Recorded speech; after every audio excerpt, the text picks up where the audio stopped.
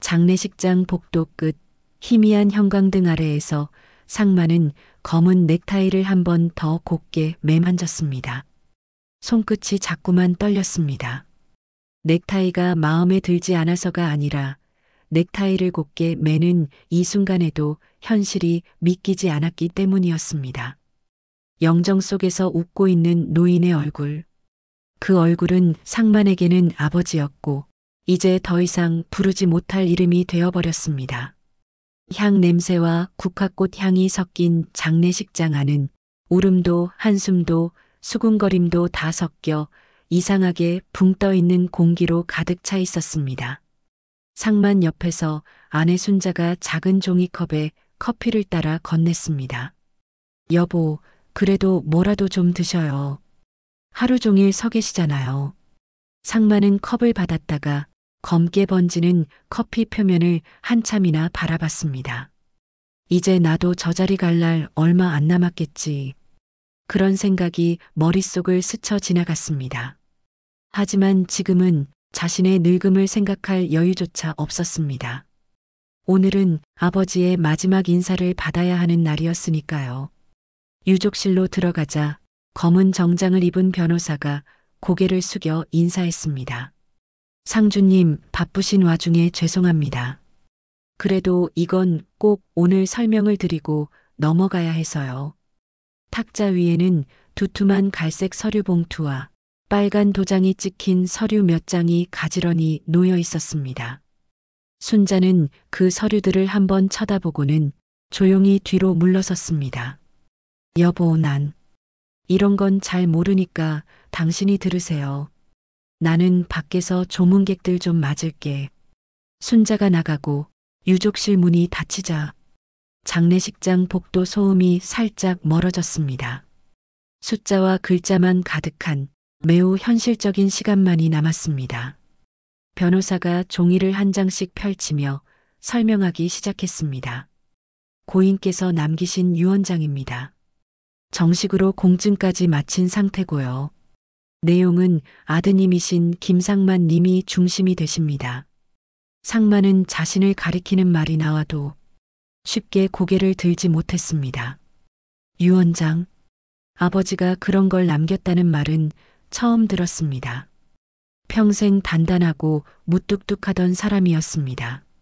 말로 감정을 잘 드러내는 성격도 아니었고 미리미리 준비하는 타입도 아니었습니다. 그런 아버지가 죽음을 앞두고 유언장을 남겼다. 왜일까? 변호사가 천천히 읽어 내려갔습니다. 장남 김상만에게 광주시 우산동 주택 현재, 부모가 거주 중인 단독주택 및 그 1층 상가 건물 일체를 상속한다. 또한 수원시 중심가에 위치한 진성빌딩 소형 상가 건물의 소유권 역시 전부 장남 김상만에게 귀속되도록 한다. 단 아들 김상만은 배우자 이순자와 함께 노후를 유지하는 데 있어 이 재산들을 최우선적으로 활용할 것을 약속해야 한다. 종이에 적힌 글자는 단순했습니다. 하지만 그 글자를 읽는 순간 상만의 머릿속은 하얗게 비어버렸습니다. 주택, 상가, 빌딩 전부 나에게. 그는 변호사에게 물었습니다. 그러니까 이 집이랑 건물이랑 아버지 가진 땅이란 땅은 전부 제 명의가 된다는 말입니까?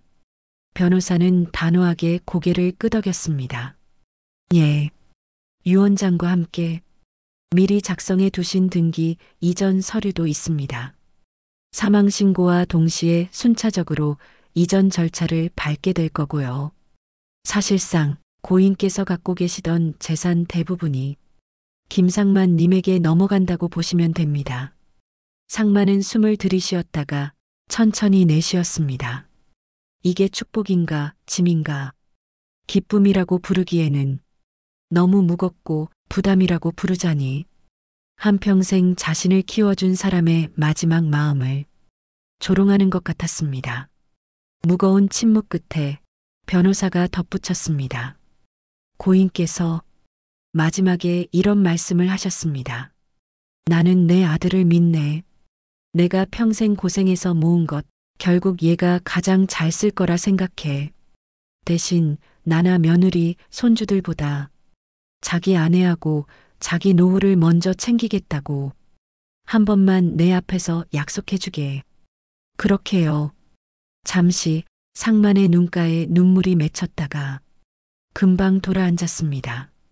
아버지의 마지막 부탁은 생각보다 이기적이지 않았습니다. 내 노후를 먼저 생각하라. 그 말은 어쩌면 평생 한 번도 듣지 못했던 최고의 응원 같은 말이었습니다. 장례 기간 내내 그 유언장은 상만의 머릿속 한 구석에서 계속 떠다니고 있었습니다. 하지만 막상 상주로 서 있느라 조용히 생각할 시간은 많지 않았습니다.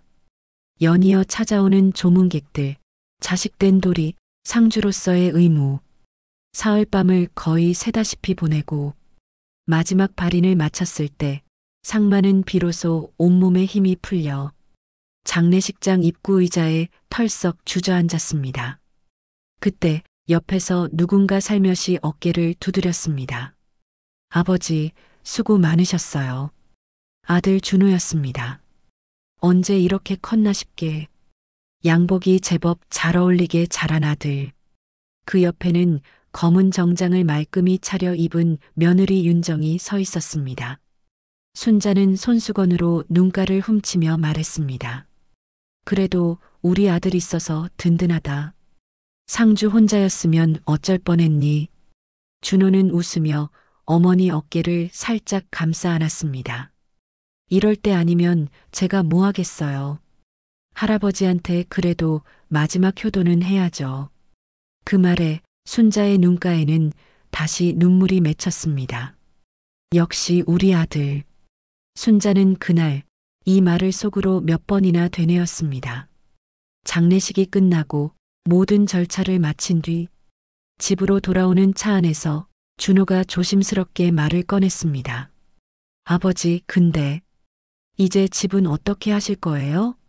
상만은 아직도 피곤이 가시지 않은 얼굴로 운전석 뒤를 힐끗 돌아봤습니다. 집이라니 할아버지 집 말이냐? 예. 유언장에 다 아버지 앞으로 상속된다고. 아까 변호사님이 그러셨잖아요. 생각해보니까 그 집도 1층 상가도 시내 빌딩도 다 아버지께로 오는 거잖아요. 상만은 잠시 말이 막혔습니다. 피곤한 머리로는 그 문제까지 깊게 생각할 여유가 없었습니다. 그저 나중에 천천히 정리해야겠지. 그 정도로만 생각하고 있었습니다. 하지만 준호의 눈빛은 조금 달랐습니다. 조수석에서 핸들을 잡고 있던 상만의 눈에는 100m 너머로 아들의 눈동자에 스치는 작은 번쩍임이 보였습니다. 순자는 그 분위기를 감지하지 못한 채 말했습니다. 그래도 다행이지 뭐니. 너희 아버지 앞으로 된 거니까 우리 노후는 조금은 안심이잖아. 안 그래, 여보? 상만은 어색한 미소를 지었습니다. 그래. 뭐, 그렇지. 준호는 조심스러운 척하면서도 말을 이었습니다. 요즘은 재산도 미리미리 계획해야 한다고 하더라고요. 상속세니 뭐니 나중에 한 번에 몰리면 힘들어질 수도 있다던데. 순자가 고개를 끄덕였습니다. 그렇겠지. 우리야 그런 건 잘 모르지만 너는 요즘 젊은 사람들처럼 뭐 많이 안다며. 아버지가랑 상의해서 너도 도와드려. 그날은 거기까지였습니다. 장례라는 큰 산을 막 넘은 참이라 재산이니 상속이니 하는 이야기는 굳이 더 파고들고 싶지 않았습니다. 하지만 그 대화는 나중에 아주 다시 뜨거운 불씨가 되어 돌아오게 될 첫 문장이었습니다. 시간은 흘러 장례가 끝나고 몇 달이 지났습니다. 상만과 순자의 일상은 다시 원래 자리로 돌아가려 했습니다.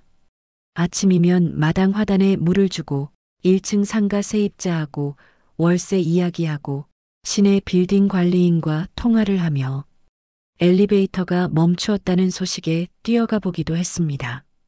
그렇게 하루하루를 보내는 동안 아들 내외는 2층에서 함께 살고 있었습니다. 처음에는 좋았습니다.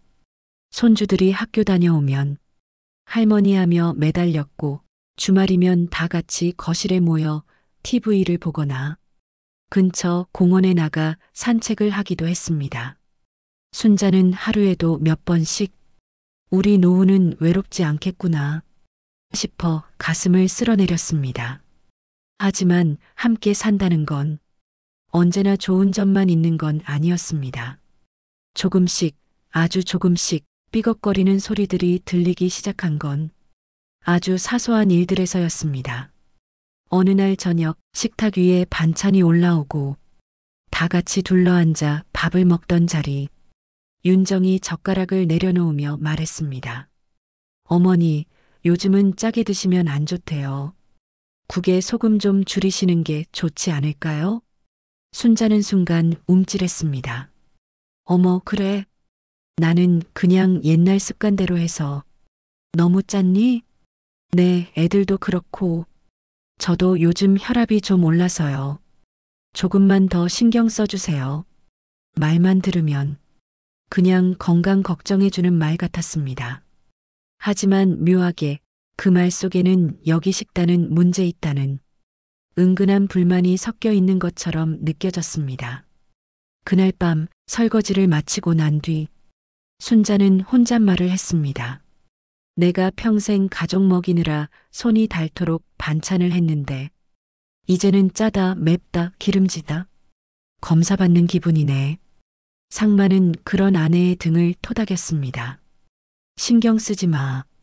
요즘 사람들은 뭐든 다 건강, 건강 그러잖아. 너도 조금만 싱겁게 하면 되지 뭐. 하지만 시간이 갈수록 지적은 사소한 것에서 점점 더 큰 영역으로 넓어져 갔습니다. 전기요금, 가스요금, 수도세. 어느 날 주방 식탁 위에 고지서 몇 장이 펼쳐져 있었습니다. 윤정이 팔짱을 낀 채 말했습니다. 어머니, 이거 다 합치면 한 달에 관리비만 거의 60만 원이에요. 거기에 식비, 간식비, 애들 간식까지 합치면 저희도 부담이 너무 커요. 저희도 요즘 대출 갚느라 좀 빠듯하거든요. 순자는 당황해서 손을 저었습니다. 아이고, 그럼 우리가 조금이라도 보탤게. 당장 큰 돈은 없어도 매달 조금씩이라도 줄 수 있어. 하지만 윤정의 말은 거기서 멈추지 않았습니다. 그게 아니라요, 어머니. 솔직히 말씀드리면 어머님, 아버님이 이 집에 계시는 것 자체가 저희에겐 부담이에요. 공과금이 돈만 문제는 아니잖아요. 저희도 신경 쓰이는 게 많아요. 이 집에 계시는 것 자체가 부담. 그 말은 그동안 쌓였던 작은 상처들을 한 번에 터뜨리는 결정타였습니다. 그날 밤 거실 불이 꺼지고 방 안에 둘만 남았을 때 순자는 이불 위에서 몸을 웅크린 채 작게 속삭였습니다. 우리가 부담이래. 상마는 그 말을 듣고도 쉽게 대답하지 못했습니다. 가슴이 답답해서 숨이 막히는 것 같았습니다. 요즘 젊은 것들 말을 참 쉽게도 한다. 입으로는 그렇게 말했지만 마음 한 구석에서는 이런 생각이 들었습니다. 혹시 정말 우리가 짐이 된 걸까? 며칠 뒤 저녁 설거지를 마치고 나오려는데 부엌 입구에서 윤정의 낮은 목소리가 들렸습니다. 여보, 솔직히 말하면 이대로 살다간 우리만 죽어나. 애들 학원비에, 대출에, 생활비에, 거기에 부모님까지 모시고 살려니까 숨이 안 쉬어진다니까. 알지. 나도 요즘 신경 쓰여. 근데 그래도 우리 엄마 아빠잖아. 그러니까 더 문제지. 남이면 사실 이렇게까지 고민 안 해. 나는 이제 좀 우리만 생각하고 살고 싶어. 언제까지 우리가 부모님 짐까지 떠안고 살아야 돼? 그 대화를 문 뒤에서 들은 순자는 그 자리에서 얼어붙은 것처럼 서 있었습니다.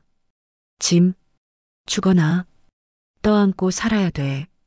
단어 하나하나가 가슴에 박혀 하얀 벽처럼 서 있었습니다. 그날 밤 순자는 상만에게 말하지 못했습니다.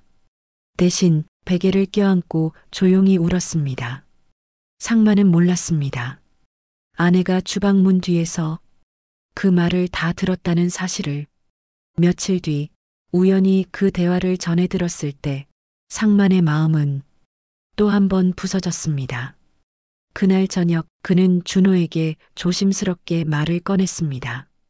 준호야, 너희 엄마가 요즘 좀 힘들어한다. 혹시 요즘 너희가 부담된다는 말을 했냐? 준호는 난처한 표정을 지었습니다.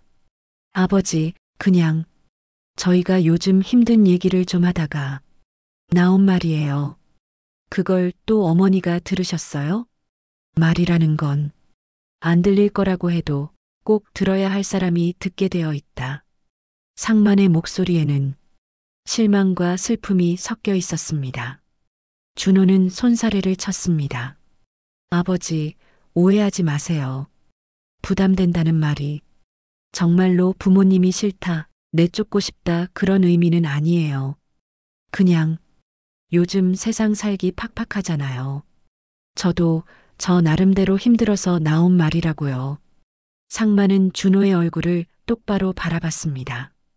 그래, 너 힘든 거 안다. 근데 하나만 묻자. 내가 그렇게 힘들다면 너희 엄마 아빠는 평생 안 힘들었던 줄 아냐? 준호는 말문이 막혔습니다. 잠시 침묵이 흘렀습니다.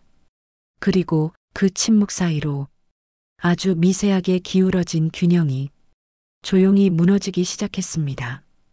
그 균열은 당장 눈에 보이지 않았습니다. 겉으로 보기에는 여전히 한 집에 사는 평범한 3대 가족 같았습니다.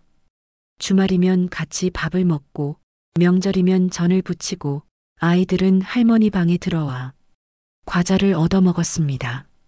하지만 마음속에서는 서로를 향한 서운함과 피로가 조용히 쌓여만 갔습니다. 순자는 자신이 한번 밥상을 차릴 때마다 오늘은 뭐라고 들을까를 먼저 생각하게 됐고, 상만은 전기요금 고지서를 받으면 괜히 우리 때문에 많이 나왔다는 소리를 또 듣게 될까 걱정부터 하기 시작했습니다. 그리고 결정적인 날은 생각보다 아주 사소한 계기로 찾아왔습니다. 그날은 한겨울이었고 눈이 소복이 쌓여 지붕과 마당을 하얗게 덮고 있었습니다. 보일러를 평소보다 조금 더 올린 날이었습니다. 순자는 손주들이 추울까봐 거실 온도를 올려두었고 아이들은 바닥에 뒹굴며 만화를 보고 있었습니다. 그때 거실로 나온 윤정이 보일러 조절기를 힐끗 보고는 곧바로 말했습니다. 어머니, 보일러 너무 높게 틀어놓으신 거 아니에요? 이러면 난방비 폭탄 와요. 순자는 당황해서 웃었습니다. 아이고, 내가 너무 올렸나 보다. 애들이 추워하는 것 같아서. 애들은 원래 좀 추운 게 정상이에요. 이렇게 따뜻하게 해주면 나중에 더 예민해진다니까요. 윤정은 그렇게 말하며 확 조절기를 눌러 온도를 내렸습니다. 순자는 손등에 아직 남아있는 보일러 열기를 느끼며 살짝 서운해졌습니다. 보일러도 내 마음대로 못 틀겠구나. 그날 밤 준호와 윤정의 방에서 또 다른 대화가 오갔습니다. 여보, 이제 정말 고민해야 할 것 같아. 이대로는 우리 진짜 숨 막혀 죽겠어. 알아. 나도 요즘 계속 생각 중이야. 그 집, 어차피 나중에 다 우리 거 될 거잖아. 그러니까 지금부터 좀 정리하자. 부모님은 우리랑 다른 데서 사시게 하고 집은 우리 이름으로 가져와야지. 그 말은 선언에 가까웠습니다. 준호는 한동안 아무 말도 하지 못했습니다. 하지만 결국 그도 그 말에서 완전히 자유롭지는 못했습니다. 대출 잔액, 아이들 교육비, 회사에서 언제 잘릴지 모르는 불안감. 집 한 채라도 확실히 내 명의로 있으면 좋겠다. 그 욕망은 현실적인 두려움과 섞여 조용히 커져가고 있었습니다. 그리고 며칠 뒤 마침내 그 이야기가 식탁 위에 올라오게 됩니다. 새로 지은 밥 냄새와 국에서 피어오르는 김 사이로 재산 이야기는 부드러운 김처럼 자연스럽게 퍼져나갔습니다. 아버지, 얼마 전에 세무사 하는 친구를 만났는데요. 준호의 입에서 나온 그 첫 문장은 훗날 상만의 기억 속에 아주 선명하게 박히게 될 시작이었습니다. 바로 그날 상만은 처음으로 느꼈습니다. 아, 이 아이가 이제 나를 아버지가 아니라 재산을 가진 사람으로 보기 시작했구나. 하지만 그때까지만 해도 그 생각이 나중에 자신을 집 밖으로 내쫓을 줄은 꿈에도 몰랐습니다. 식탁 위에는 따끈한 된장찌개에서 김이 오르고 고등어가 지글지글 식어가고 있었습니다. 겉으로 보면 평범한 저녁 식사였지만 그날은 분위기가 조금 달랐습니다. 준호가 젓가락을 내려놓고 말을 꺼냈습니다. 너무도 자연스러운 척, 그렇지만 묘하게 계산된 말투였습니다. 아버지, 얼마 전에 세무사 친구를 만나서 얘기를 조금 들었어요. 아버지도 이제 재산 계획 좀 세우셔야 되지 않겠나 해서요. 순자는 당황하며 웃었습니다. 아이고, 재산은 무슨 재산이니? 우린 그냥 먹고 사는 정도만 있지. 준호는 고개를 끄덕이며 부드럽게 웃었습니다. 하지만 그 미소가 어쩐지 얇게 느껴졌습니다.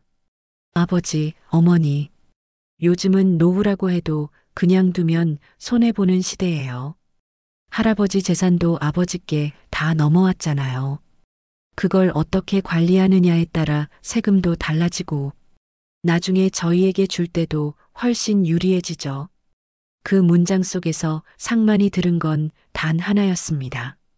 나중에 우리에게 줄 때 순자는 별 생각 없이 대답했습니다. 그래, 나중엔 다 너희 거지. 그건 뭐 당연한 거 아니냐. 그 말이 지나가는 순간 준호의 눈동자가 아주 미세하게 반짝였습니다. 그리고 그 반짝임은 이후 몇 달 동안 점점 더 뚜렷해져 갈 예정이었습니다. 상만은 그날 저녁 내내 반찬을 씹으면서도 아무 맛이 느껴지지 않았습니다. 그래, 내 재산이 결국 아들에게 가겠지. 그게 평생의 자연스러운 흐름이라고 생각해 왔습니다. 하지만 이상했습니다. 전에는 아버지, 나중에 우리에게 주세요.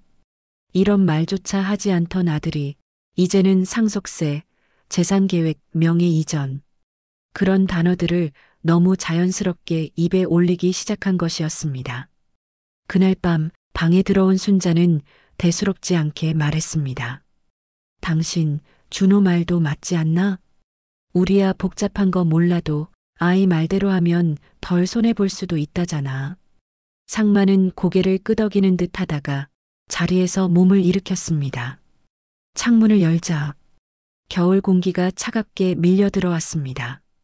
그리고 그는 아주 조용히 혼잣말을 했습니다. 아들이 왜 갑자기 저런 문제에 관심을 가지지?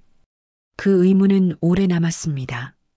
그러나 그 순간만큼은 그 의문이 곧 부부를 집에서 내쫓는 사건으로 이어질 것이라는 사실을 감히 예측할 수 없었습니다.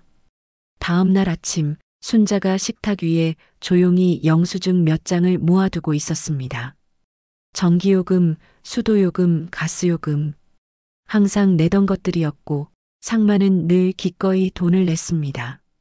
여태껏 자신이 살던 집에 고지서를 내는 것에 불만을 가진 적은 한 번도 없었습니다. 그런데 윤정이 고지서를 보며 말했다는 말이 순자의 마음에 깊이 남아 있었습니다. 관리비만 60만 원 넘어요. 저희도 대출 갚고 애들 키우느라 힘든데 부모님까지 다 모시고 살기엔 정말 부담이 커요. 부모님까지라는 말. 그 한 단어가 순자의 가슴을 돌처럼 눌렀습니다. 순자가 그 말을 떠올리며 씁쓸한 미소를 지었을 때 상만이 주방으로 들어왔습니다. 뭐 하고 있어? 아무것도 아니야. 영수증 좀 정리하고 있었어. 순자의 말할 때 힘이 빠진 목소리를 듣고 상마는 무언가를 눈치챘습니다. 상마는 고지서를 들고 잠시 바라봤습니다.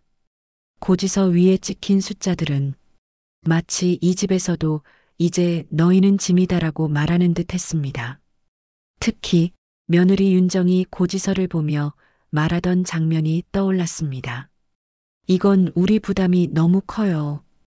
애들도 있고 순자와 자신은 이 집에서 30년을 넘게 살았습니다. 집을 지키기 위해 세금도 대출도 수리비도 상만이 다 감당해 왔습니다. 그런데 이제는 이 집에서 부담이 되어버렸습니다. 상만은 고지서를 조용히 내려놓았습니다. 순자야, 혹시 내가 너무 오래 산 걸까? 순자는 고개를 세차게 흔들었습니다. 당신 잘못 하나도 없어. 우리가 뭘 잘못했다고. 순자의 목소리가 떨렸습니다. 그리고 상만도 그 떨림을 느끼고 있었습니다. 시간이 흐르면서 아들 부부의 태도는 더 노골적으로 변해갔습니다. 어느 날 저녁 준호가 상만에게 서류 봉투 하나를 건넸습니다. 아버지, 이거 좀 보세요. 하얀 봉투 안에는 부동산 관련 문서 몇 장과 명예 이전에 대한 세무사 컨설팅 자료가 들어 있었습니다. 아버지, 집을 제 명의로 잠깐 돌리면 세금 혜택도 크고요. 대출 규제도 덜하고 나중에 재산 물려주실 때도 훨씬 편하대요. 상마는 문서를 보지도 않은 채 단호히 말했습니다. 아직은 그렇게 할 생각 없다. 상마는 문서를 보지도 않은 채 단호히 말했습니다. 아직은 그렇게 할 생각 없다. 순자가 놀라 상만을 바라봤습니다. 준호는 잠깐 어이가 없다는 표정을 지었습니다. 아버지, 제가 무슨 집을 빼앗기라도 하겠어요? 요즘 누가 그런 거 걱정해요. 이건 가족 사이 편의를 위해서 하는 거예요. 상만은 여전히 고개를 저었습니다. 나중에 천천히 하자. 너희 인생은 너희가 살고 우리 노후는 우리가 생각해야지. 준호가 다시 말했습니다. 아버지, 요즘 시대에 그런 말은 통하지 않아요. 다들 미리미리 준비하고 세금 대비도 하고 그러는데 아버지 혼자 이렇게 하면 나중에 우리만 손해라니까요. 우리만 손해. 그 말이 상만의 가슴을 쿡 하고 찔렀습니다. 지금 이 아이는 나와 순자의 노후를 걱정하는 게 아니라 자신의 이익을 먼저 생각하고 있는 거구나. 상만은 천천히 자리에서 일어났습니다. 이 일은 나중에 다시 이야기하자. 준호의 얼굴은 밝지 않았습니다. 그날 밤부터 아들 준호는 아버지를 향한 말투가 조금씩 차갑게 식어갔습니다. 며칠 뒤 현관에서 큰 소리가 났습니다. 윤정의 목소리였습니다. 부모님, 저희가 솔직히 말씀드릴게요. 이대로는 못 살아요. 저희도 너무 힘들어요. 부모님 두 분이 이 집에서 나가 주셔야겠어요. 순자는 손에 들고 있던 머그컵을 떨어뜨릴 뻔했습니다. 뭐라고? 준호가 옆에서 덧붙였습니다. 아버지, 우리가 무슨 나쁜 뜻이 있어서 그러는 건 아니에요. 그냥 부모님이랑 같이 살다 보니까 저희도 너무 힘들고 아이들 교육에도 안 좋고 상만의 가슴 속에서 피가 거꾸로 올라오는 것 같은 느낌이 들었습니다. 준호야, 여긴 누구 집인데 내가 누구를 내보낸다는 거냐? 준호는 침을 삼켰습니다. 아버지 집이죠. 근데 그 집은 나중에 제게 오잖아요. 근데 지금은 저희가 살고 있고 저희가 관리하고 있으니까. 윤정이 끼어들었습니다. 네, 그러니까 부모님이 따로 사시는 게 맞아요. 부모님도 자유롭고 저희도 편하고. 순자의 목소리가 떨렸습니다. 우리를 쫓아내는 거니? 윤정은 단호하게 말했습니다. 쫓아내는 게 아니라 분리해서 사는 거예요. 그 말은 누가 들어도 쫓아낸다는 말과 같았습니다. 상만의 얼굴에서 혈색이 사라졌습니다. 그러던 날이었습니다. 그날은 유난히 바람이 세차게 불고 눈까지 내려 발걸음을 무겁게 만들었습니다. 상만과 순자는 외할머니 제사 준비 때문에 근처 시장에 다녀왔습니다. 무거운 장바구니 2개를 들고 허리가 아플 정도로 힘들게 집에 도착했습니다. 그러나 현관문을 열려고 비밀번호를 누른 순간 B 비밀번호 오류입니다. 순자가 다시 눌렀습니다. 그러나 또다시 오류음. 3번을 더 눌러도 현관문은 열리지 않았습니다. 그때 안에서 인기척이 들리더니 윤정이 현관문을 열었습니다. 표정은 싸늘했고 손에는 빨간 장갑이 들려 있었습니다. 아, 오셨어요. 순자가 난감하게 웃으며 말했습니다. 윤정아, 이거 비밀번호가 자꾸 오류가 뜨네. 문이 고장났나 보다? 윤정은 팔짱을 낀 채 말했습니다. 아, 비밀번호요? 저희가 바꿨어요. 상만의 눈빛이 흔들렸습니다. 왜? 윤정은 아주 담담하게 말했습니다. 저희가 결혼하고부터 이 집을 사실상 저희가 관리해 왔잖아요. 애들 안전 때문에 비밀번호를 바꾸는 게 맞다고 생각했어요. 부모님 오실 일 있으면 저희가 문 열어드릴게요. 그 한마디는 부부를 향한 마지막 예의를 끊어내는 잔혹한 선언이었습니다. 상만은 숨이 턱 막혀 손에 든 장바구니를 떨어뜨릴 뻔했습니다. 내가 우리 집 비밀번호를 우리한테 말도 없이 바꿨다고? 윤정은 아무렇지 않게 말했습니다. 아버님, 이 집 어차피 나중에 다 우리한테 넘어올 집 아니에요? 지금부터 저희가 관리하는 게 맞죠? 순자의 손이 떨렸습니다. 윤정아, 그럼 우리는 앞으로 어떻게 들어오라는 거니? 윤정은 손사래를 치며 말했습니다. 아유, 어머니도 참. 오시면 벨 누르시면 되죠. 제가 열어드릴게요. 상만은 그 말을 듣는 순간 가슴속 어딘가에서 딱 하고 무언가 부러지는 소리가 들렸습니다. 그날 밤 부부는 자신들의 방이 아닌 차가운 거실 구석에서 잠을 자야 했습니다. 2층에 마련된 그들의 작은 방에는 이미 아들 부부의 짐이 들어와 있었습니다. 윤정은 말했습니다. 부모님 방은 저희가 애들 방으로 쓸 거예요. 이제 애들도 크니까 공간이 부족해서요. 순자는 그 말을 듣고 말없이 기침을 했습니다. 한마디라도 했다가는 눈물이 터질 것 같아서 상만은 아무 말도 하지 못한 채 어둠 속에서 천장을 바라봤습니다. 그리고 그 어둠 속에서 그는 깨달았습니다. 우리는 내가 만든 이 집에서조차 더 이상 주인이 아니구나. 그래. 그러면 우리가 나가겠다. 순자는 남편의 팔을 잡았습니다. 여보. 하지만 상만은 무너진 어깨를 펴지도 못한 채 말했습니다. 이 집에서 이런 소리를 들을 줄 몰랐다. 정말 몰랐다.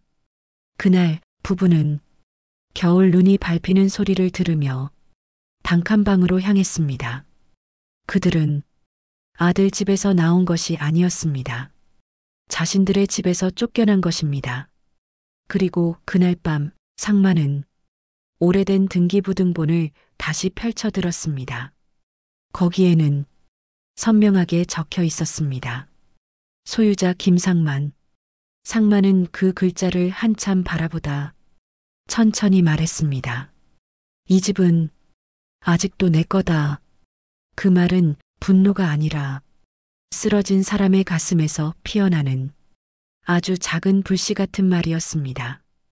그 불씨는 곧 거대한 반격으로 변해 아들 부부가 상상조차 못한 방향으로 번져갈 예정이었습니다.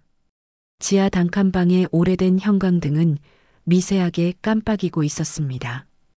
겨울바람이 문틈으로 들어와 차갑게 발목을 스쳤고 순자는 담요를 한 번 더 끌어당기며 말했습니다. 여보, 우리 이렇게 살게 된 게 정말 우리 잘못일까? 상마는 작은 전기난로 앞에 앉아 손을 녹이며 조용히 대답했습니다. 잘못? 우리가 뭘 잘못했는데? 하지만 상만 자신도 알고 있었습니다. 부부가 지금 이 좁은 방에 있는 건 단순히 자식의 문제만은 아니었습니다. 30년 동안 이 집에서 쌓은 권리, 사랑, 희생, 노동, 그 모든 것들을 말로만 지키려 했던 자신에게도 책임이 있었습니다. 그때 상만의 지갑에서 구겨진 서류 한 장이 떨어졌습니다. 등기부등본. 상만은 그것을 손으로 펼쳐 들었습니다. 작은 글씨들이 빛을 받아 반짝이는 듯 했습니다. 소유자 김상만. 근저당 없음. 권리 침해 없음. 이 서류는 거짓말을 하지 않았습니다. 하지만 아들 부부는 이 서류를 마치 없어도 되는 종이 쪼가리처럼 대했습니다. 그 순간 상만의 머릿속에 한 사람의 얼굴이 떠올랐습니다. 태수. 오래전 공장에서 함께 일하던 후배. 지금은 법무사 사무실에서 일하고 있다고 들었습니다. 그가 예전에 말했던 한 문장이 생각났습니다. 형님, 혹시라도 재산 문제 생기면 그땐 꼭 저한테 연락하세요.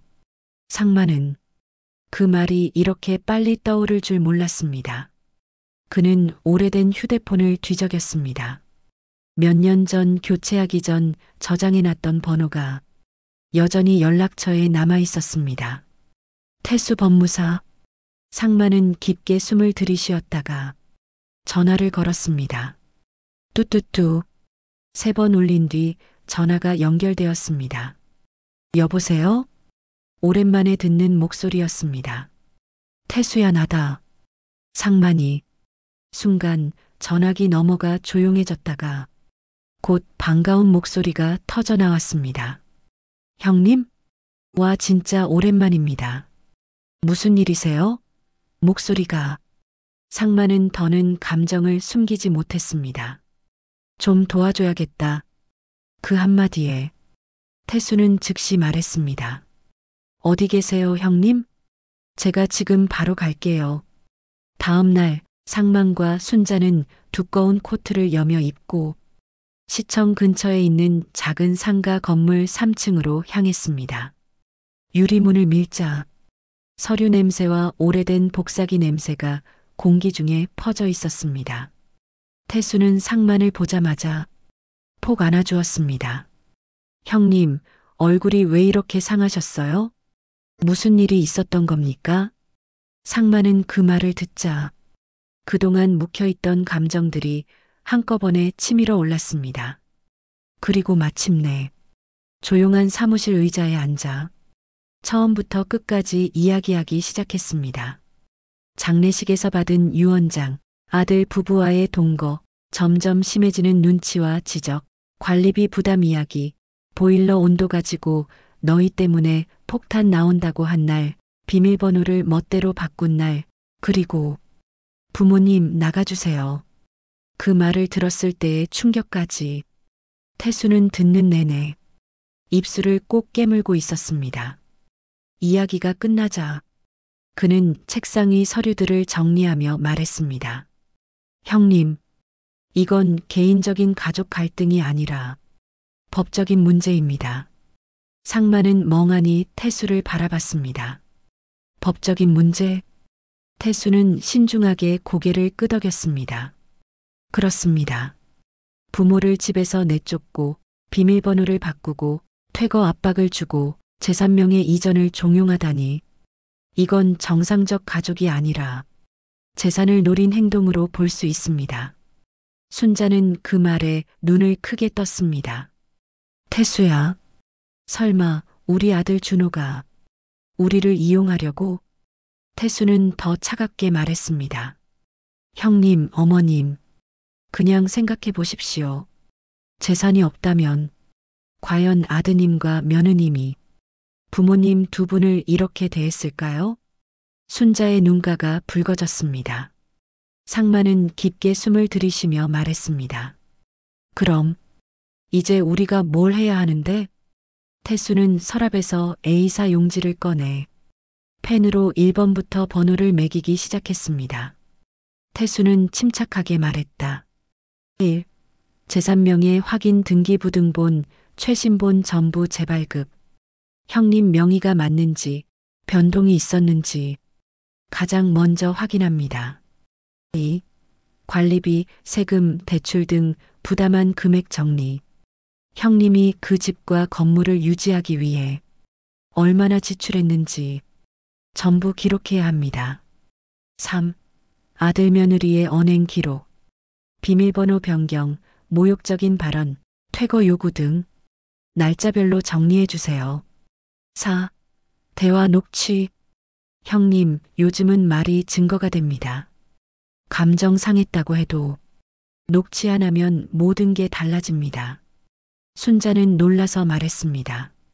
그럼 이제부터라도 녹음해야 한다는 거니? 태수는 단호하게 말했습니다. 예. 그 사람들은 이미 형님을 감정이 아닌 이익으로 보고 있어요. 우리는 그에 맞춰 대응해야 합니다. 상만의 눈빛이 조금씩 단단해졌습니다. 평생 남에게 피해 주지 않고 말 한 번 크게 하지 않고 조용히 살던 상만에게는 이런 방식이 낯설었습니다.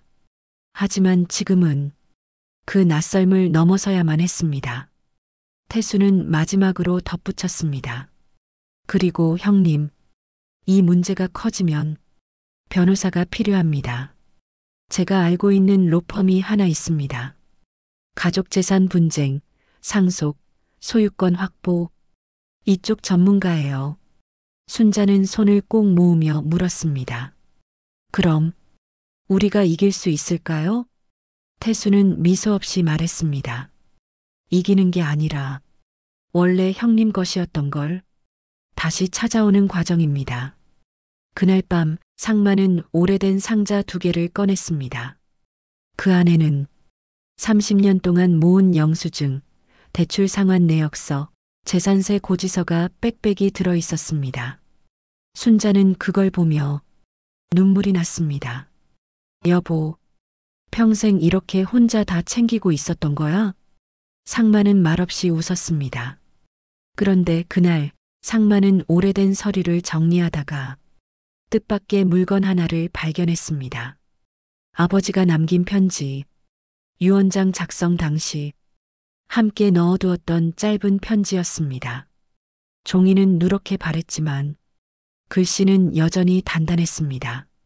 상만아, 이 집과 건물들은 내가 평생 성실하게 살아왔기 때문에 너에게 물려주는 것이다. 그리고 너는 또 다음 세대를 위한 준비를 내 삶의 기준으로 삼아라. 하지만 너에게 먼저 말해두고 싶은 게 있다. 재산은 피라고 생각하지 마라. 갖고 싶어 하는 사람이 진짜 가족인 것도 아니다. 진짜 가족은 내가 힘들 때 등 뒤에 서 있는 사람이다. 상마는 그 문장을 읽고 한동안 자리에서 움직이지 못했습니다. 아버지는 이런 일이 올 줄 알고 있었던 건가? 순자는 옆에서 남편의 어깨에 손을 올렸습니다. 여보, 이제라도 알게 된 거야. 우리 편이 누군지. 상마는 고개를 끄덕였습니다. 그리고 그날 그는 결심했습니다. 이제 가만히 당하는 삶은 끝이다. 며칠 뒤 태수가 소개한 로펌 회의실. 긴 테이블 건너편에는 50대 후반의 침착한 변호사가 앉아 있었습니다. 그는 상만의 서류와 정리된 기록을 30분 넘게 읽었습니다. 그리고 조용히 고개를 들고 말했습니다. 김상만님, 이 사건은 생각보다 훨씬 단순합니다. 상만과 순자, 태수는 놀라서 변호사를 바라봤습니다. 변호사는 서류를 손으로 톡톡 치며 말했습니다. 첫째, 주택상가 건물 모두 100% 김상만님 명의. 둘째, 세금관리비 대출 이자 모두 김상만 님이 부담. 셋째, 아들 부부가 무상으로 거주하며 비밀번호 변경, 퇴거 요구까지 한 것. 넷째, 이 모든 과정에 재산을 자신의 것으로 만들려는 의도가 보임. 순자는 숨을 들이켰습니다. 변호사는 결론처럼 말했습니다. 이건 법적으로 원고 측이 거의 100% 승소하는 사건입니다. 상만은 그 말을 듣고도 믿기지 않는 듯 말했습니다. 우리가 이길 수 있다고요? 변호사는 고개를 끄덕였습니다. 아드님이나 며느님이 형님을 위해 부담한 금액이 사실상 전무합니다. 그렇다면 이 집은 지금도 앞으로도 당연히 형님 것입니다. 순자는 눈물을 훔쳤습니다. 상만은 손을 떨며 물었습니다. 그럼 우리는 이제 어떻게 하면 좋겠습니까? 변호사는 준비해온 서류를 꺼냈습니다. 그리고 말했다. 첫 단계, 내용 증명 보내겠습니다. 집을 14일 안에 비우지 않으면 법적 조치를 취하겠다. 이건 경고가 아니라 공식 절차입니다. 순자는 손을 움켜쥐었습니다. 상만은 천천히 고개를 끄덕였습니다. 보내주세요. 그 말은 평생 단 한 번도 자식에게 해본 적 없는 결정이었습니다. 하지만 동시에 상만 인생에서 처음으로 자기 자신을 위한 결정이기도 했습니다. 지하방으로 돌아온 밤, 순자는 조용히 물었습니다. 여보, 혹시 후회되진 않아? 상만은 고개를 저었습니다. 그리고 담담하게 말했습니다. 후회되는 건 지금이 아니라 지금까지였지. 순자는 남편의 손을 잡았습니다. 그래도 아들이잖아. 상만은 아내의 손을 꼭 잡으며 천천히 대답했습니다. 그래, 아들이지. 근데 아들이라고 해서 부모를 발로 차도 되는 게 아니야. 순자도 그 말에 천천히 고개를 끄덕였습니다. 그날 밤 상만은 비로소 잠들기 전에 이렇게 기도했습니다. 아버지, 당신 말이 맞았습니다. 가족은 피가 아니라 마음이라는 거. 그리고 그는 결심했습니다. 이제 내 삶을 지키겠다. 내용 증명 우편이 발송된 날, 상만은 우체국 창구 앞에서 한참을 서 있었습니다. 우체국 직원이 빨간 도장이 찍힌 봉투를 받아들고 기계적으로 말했습니다. 이제 접수되었습니다. 상대방이 며칠 내에 받으실 거예요. 짧은 말이지만 상만의 가슴에는 묵직한 돌 하나가 더 얹히는 느낌이었습니다. 이제 정말 되돌릴 수 없겠구나. 그는 생각했습니다. 지하방으로 돌아와 겉옷을 벗기도 전에 순자가 물었습니다. 보냈어? 상만은 천천히 고개를 끄덕였습니다. 그래. 이제 저 애들이 그걸 받아들고 어떻게 나올지 지켜봐야지. 순자는 가슴 한가운데가 서늘해지는 느낌을 지울 수 없었습니다. 그동안 수십 년 동안 자식과 맞서는 선택은 상상조차 해본 적이 없었습니다. 자식이 잘못하면 그래도 내가 애를 잘못 키웠지라고 자책하며 넘기는 게 부모의 숙명이라고 믿고 살아왔습니다. 하지만 이제는 그 숙명을 거스르는 일이 시작된 것이었습니다. 며칠 뒤 준호의 현관 우편함에는 붉은 스티커가 붙은 내용 증명 봉투가 꽂혔습니다. 퇴근하고 돌아온 준호는 우편함을 열다가 낯익은 발신인을 보고 순간 눈살을 찌푸렸습니다. 발신인 유연로펌 김상만. 그 글자를 보는 순간 머릿속이 잠깐 새하얘졌습니다. 집 안으로 들어와 코트도 벗기 전에 봉투를 뜯었습니다. 종이 표면에서 잉크 냄새가 살짝 풍겨왔고 글자 하나하나가 칼날처럼 눈에 박혔습니다. 귀하가 현재 점유거주 중인 광주시 우산동 소재주택은 법적으로 전부 김상만의 소유이며 귀하는 아무런 소유권 없이 거주하고 있는 자임. 그럼에도 불구하고 법적 소유자에게 퇴거를 요구하고 비밀번호 변경, 방 사용 제한 등 행위를 지속해온 바 본 내용 증명서를 통하여 발신인은 수신인에게 정식으로 해당 주택에서의 퇴거를 요구함. 본 서신을 받은 날로부터 14일 이내에 자진, 퇴거하지 않을 시 민법 및 관련 법령에 따른 건물 인도, 청구 소송 등 법적 조치를 취할 예정임을 알림. 마지막 줄까지 읽고 나서야 준호는 얼굴이 벌겋게 달아올랐습니다.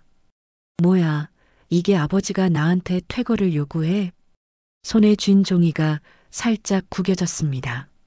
안방에서 나와 상황을 지켜보던 윤정이 종이를 빼앗듯이 받아들었습니다. 전문 용어들이 들어찬 문장을 훑어내려가던 윤정의 얼굴에는 곧 화와 황당함이 섞인 표정이 떠올랐습니다. 와, 진짜 하실 줄은 몰랐네. 로펌까지 끼고 내용 증명까지 보내? 이걸 진짜로? 준호는 머리를 감싸쥐었습니다. 엄마 아빠가 진짜 나를 상대로 소송 걸겠단 거야? 윤정은 피식 웃었습니다. 그러나 웃음 속엔 날이 서 있었습니다. 그러니까 내가 뭘 했어? 처음에 아버님 집 명예 바꾸자고 할 때 그냥 조용히 했으면 이런 일까지는 않았지. 이제 와서 집은 내 거다라며 법으로 밀어붙이겠다는 거잖아. 그래, 한번 해보자는 거네. 윤정의 말은 이미 가족이라는 선을 건너고 있었습니다. 그날 밤 거실 공기는 몹시도 무거웠습니다. 식탁 위에는 내용 증명 서류가 펼쳐져 있었고 그 옆에는 아이들의 숙제 공책이 어지럽게 놓여 있었습니다. 하지만 아무도 숙제를 보지 않았고 아무도 오늘 학교에서 무슨 일이 있었는지 묻지 않았습니다. 이 집에는 오직 한 가지 질문만 떠다니고 있었습니다. 정말로 법정까지 갈 것인가? 잠시 후 윤정이 먼저 입을 열었습니다. 여보, 이렇게 나왔는데 가만히 있으면 안 돼. 우리가 잘못한 것처럼 보이잖아. 준호는 탁자에 팔꿈치를 괴고 앉아 한숨을 길게 내쉬었습니다. 그렇다고 아버지를 상대로 법적으로 싸울 수는 없잖아. 없잖아. 왜 못해?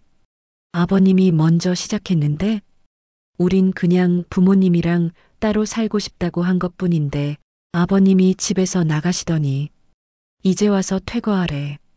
그럼 우리 입장도 보여줘야지. 우리가 어떤 희생을 했고 부모님 모시느라 어떤 부담을 안고 살았는지. 윤정은 이미 머릿속에서 피해자와 가해자를 나누고 있었습니다. 준호는 고개를 들었습니다.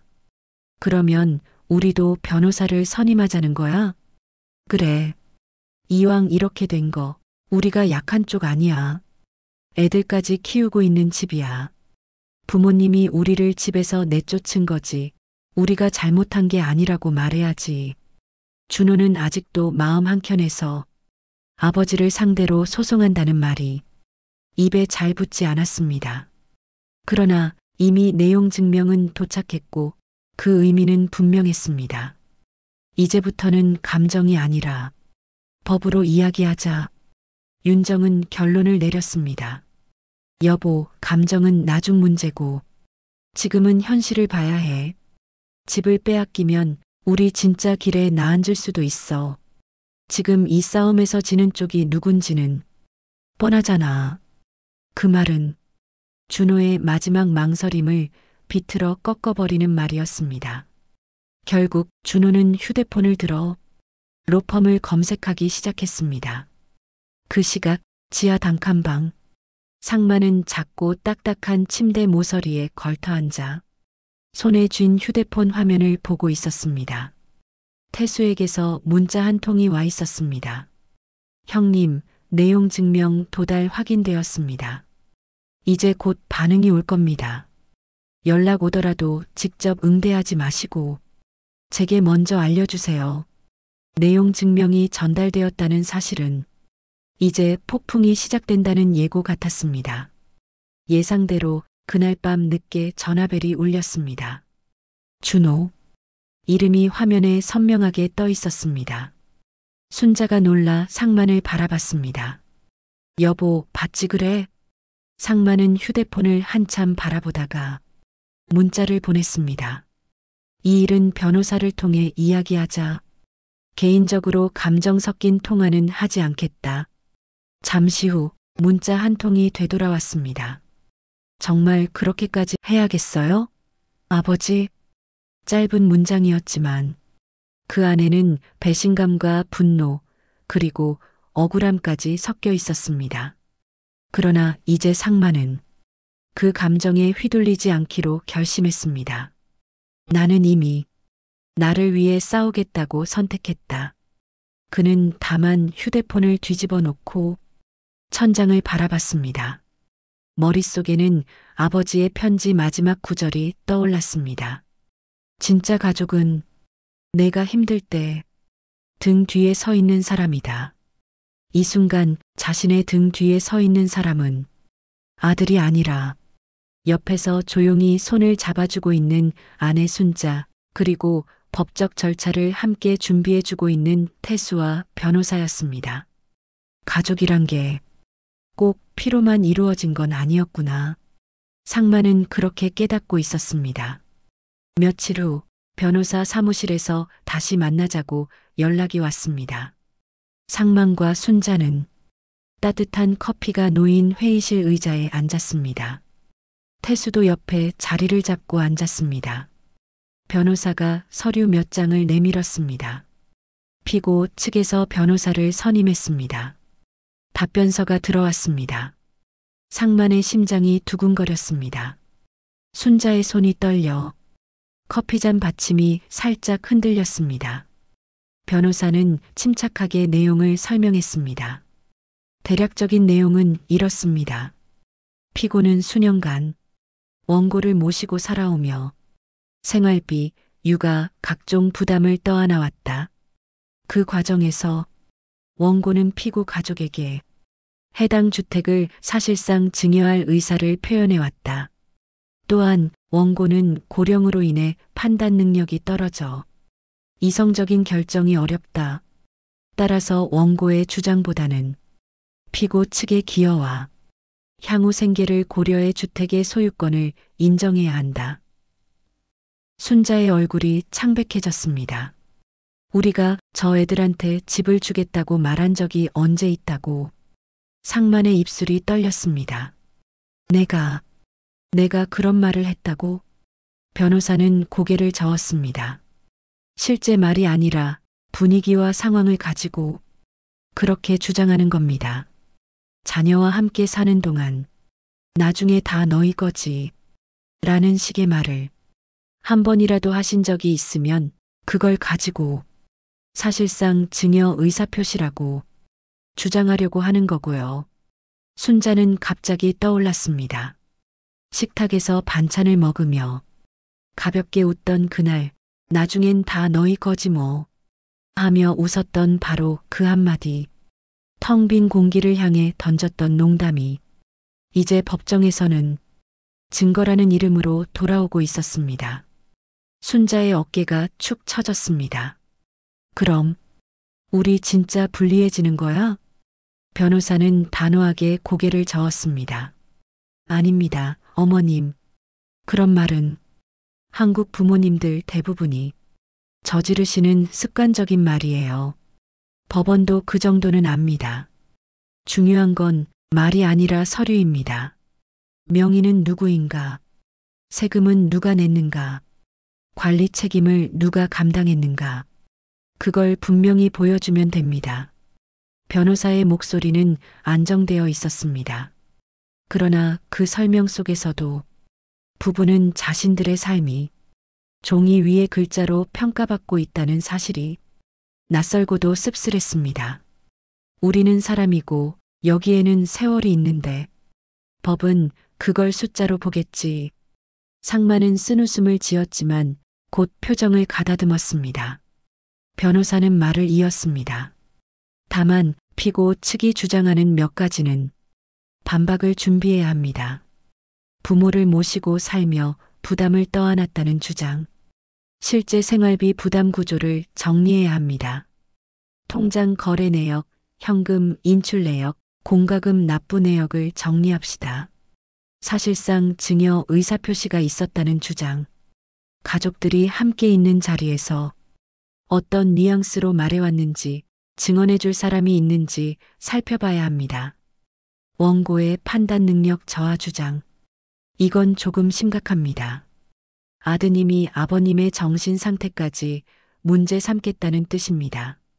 하지만 걱정하지 마세요.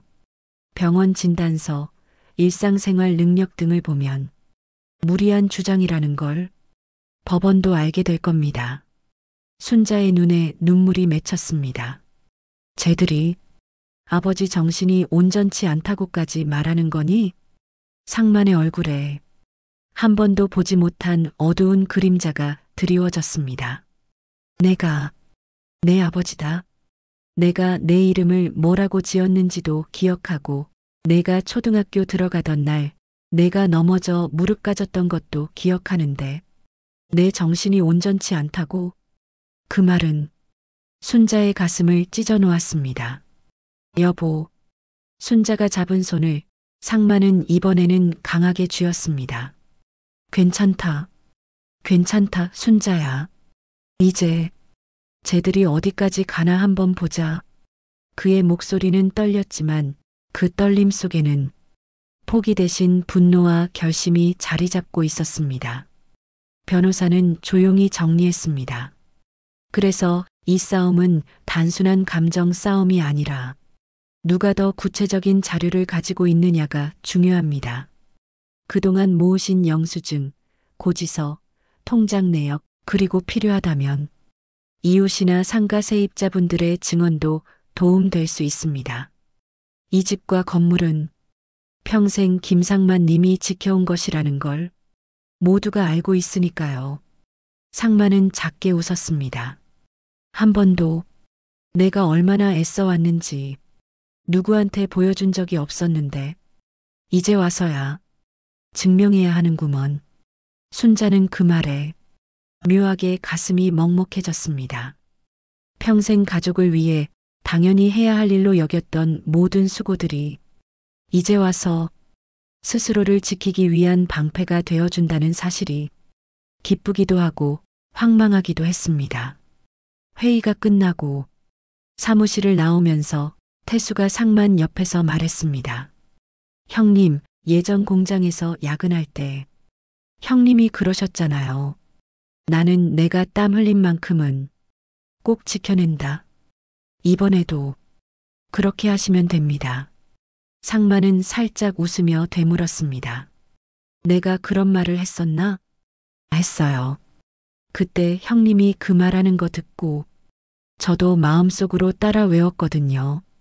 태수의 말은 지나간 세월이 헛된 게 아니었다는 증거 같았습니다. 지하방으로 돌아가는 버스 안에서 순자는 창밖을 바라보며 조용히 말했습니다. 여보, 우리 너무 늦게 깨어난 건 아닐까? 상만은 천천히 고개를 저었습니다. 늦게라도 깨어난 게 어디야? 평생 자식만 보고 살다가 마지막에라도 우리를 위해 살겠다고 마음먹었으면 그걸로 된 거지. 버스창 너머로 아파트 단지들이 스쳐 지나갔습니다. 어디에선가 아이들 웃음소리가 들리는 것 같았고 어디선가 퇴근하는 가장들의 피곤한 발걸음이 보이는 것 같았습니다. 다들 자기 집이 자기 집인 줄 알고 사는데 어떤 사람은 자기 집에서 쫓겨나기도 하는구먼. 상만의 속삭임에 순자는 남편의 팔을 꽉 끼었습니다. 여보, 이제 우린 쫓겨나지 말자. 그 말은 단순한 집 이야기가 아니라 이제 더 이상 우리 삶에서 밀려나지 말자는 다짐이기도 했습니다. 그날 밤 상만은 조용히 서랍에서 작은 공책 하나를 꺼냈습니다. 그리고 그 첫 장에 이렇게 적었습니다. 3월 6일 아들 준호 부부에게서 집에서 나가달라는 말을 들은 날. 3월 11일 지하방으로 이사 온 날. 4월 5일 법무사 태수를 찾아간 날, 4월 10일, 변호사를 만난 날, 4월 16일, 내용 증명을 보낸 날, 5월 3일, 아들 측에서 변호사를 선임했다는 소식을 들은 날, 순자가 물었습니다. 그건 왜 적어? 상마는 펜을 멈추지 않은 채 대답했습니다. 이제부턴 우리 인생도 기록해두려고. 그래야 누가 맞고 누가 틀렸는지, 누가 잘했고 누가 잘못했는지 나중에 혼자서라도 확실히 말할 수 있잖아. 공책위 날짜들이 조용히 나란히 놓였습니다. 바로 그 공책은 훗날 법정에서 그들의 기억이자 증거가 될 것이었습니다. 그리고 얼마 지나지 않아 재판 날짜가 잡혔습니다.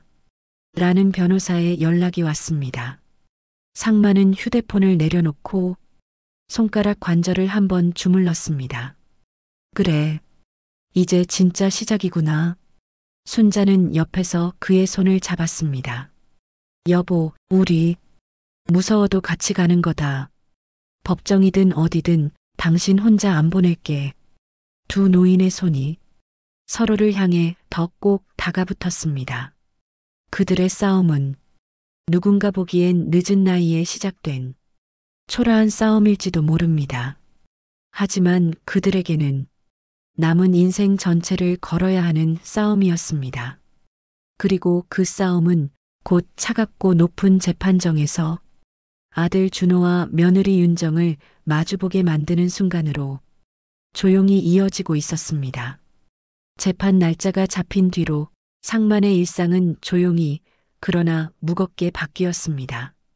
아침에 눈을 뜨면 가장 먼저 떠오르는 건 오늘은 또 어떤 서류를 준비해야 하지 하는 걱정이었고, 밤에 잠들기 전에는 아들 준호의 얼굴이 떠올라 가슴이 묵직하게 내려앉곤 했습니다. 순자는 남편이 식욕을 잃은 걸 알아채고 호박죽을 끓이거나 죽을 쑤었지만 상마는 몇 숟가락 뜬 뒤 숟가락을 내려놓기 일쑤였습니다.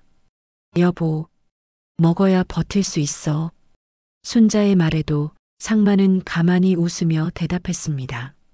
버텨야 해서 지금은 더 먹히지가 않아. 두 사람은 그 말의 진짜 뜻을 서로 굳이 설명하지 않아도 알고 있었습니다. 변호사가 요구하는 자료는 끝도 없었습니다. 수십 년간 냈던 재산세 고지서, 상가 관리비, 빌딩 유지 보수 비용, 아들 준호에게 보내준 생활비 내역, 아들네 집 대출 일부를 대신 갚아줬던 내역들까지 모두 증명 가능한 것이어야 했습니다. 어느 날 지하방의 작은 책상 위에는 서류와 영수증이 산처럼 쌓여 있었습니다.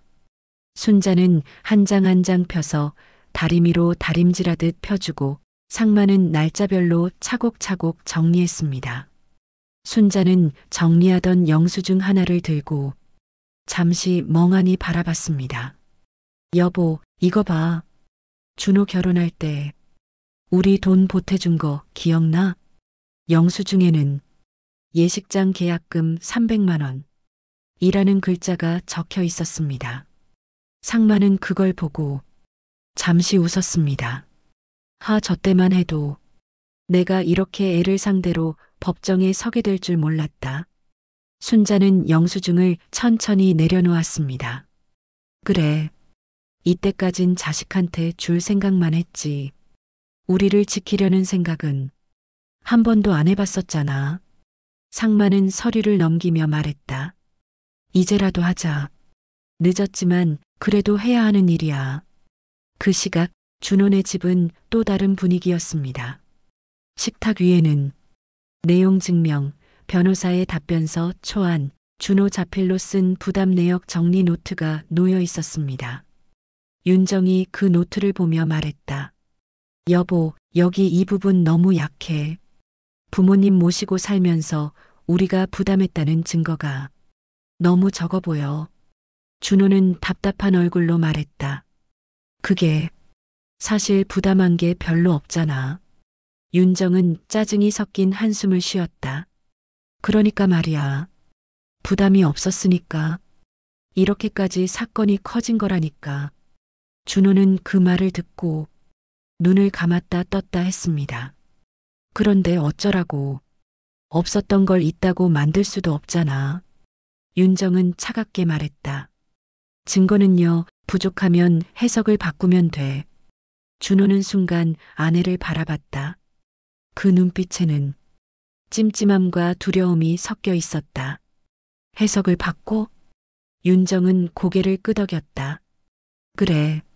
지금까지 부모님 모시고 살면서 정신적으로, 육체적으로 받았던 스트레스, 육아와 생활의 부담, 공과금 부담. 그런 걸 경제적 기여라고 주장하는 거야. 그리고 아버님이 우리한테 했던 말들 있잖아. 나중엔 다 너희 거지. 내가 죽으면 이 집 니네 거다. 이런 말들. 그걸 증여 의사표시라고 해석하는 사람도 있거든. 준호는 그 말을 듣고 불편하게 고개를 흔들었다. 그건 진심이 아니었잖아. 아버지가 진짜 그렇게 준다고 말한 건 아니었잖아. 윤정은 단호했다.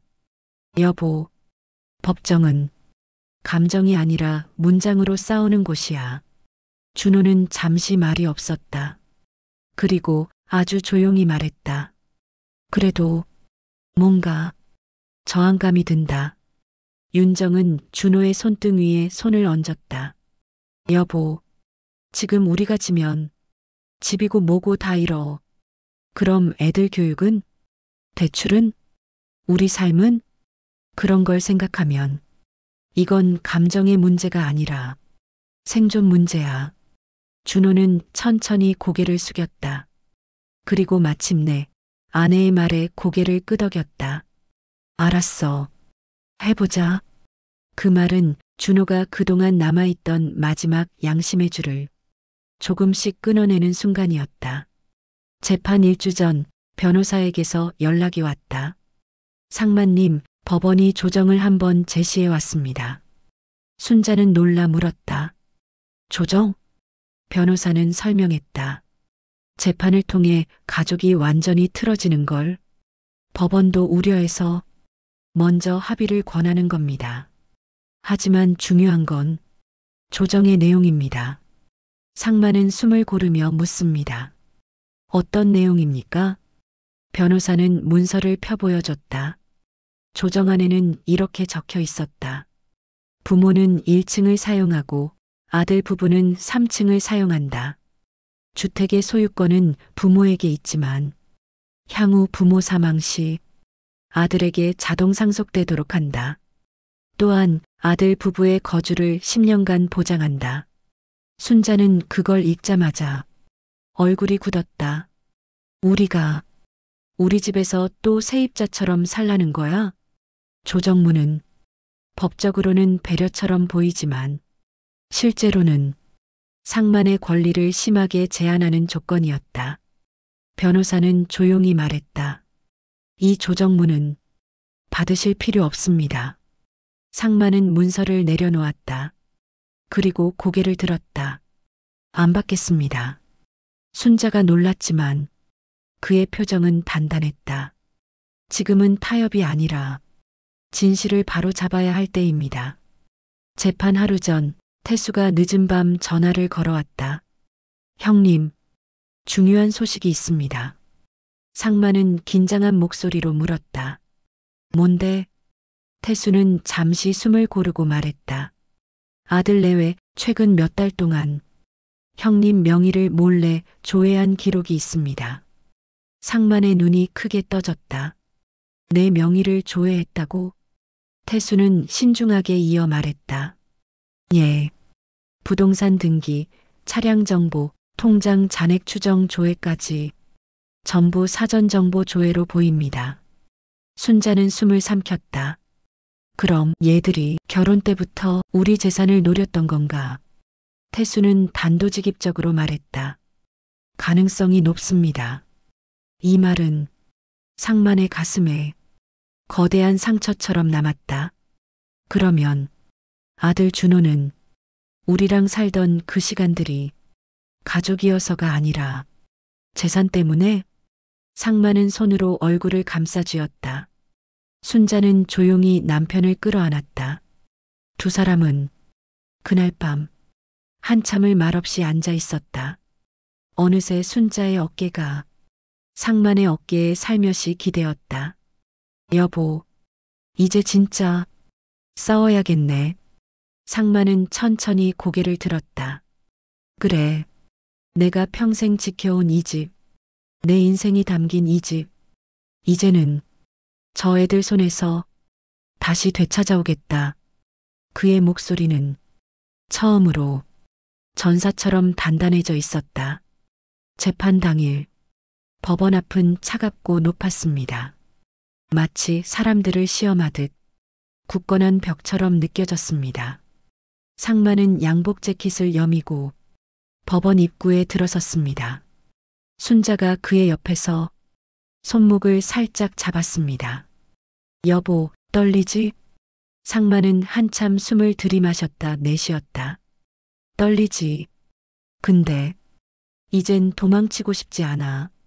순자는 미소를 지으며 고개를 끄덕였다. 법정 문 앞에 도착했을 때 준호와 윤정이 이미 와 있었다.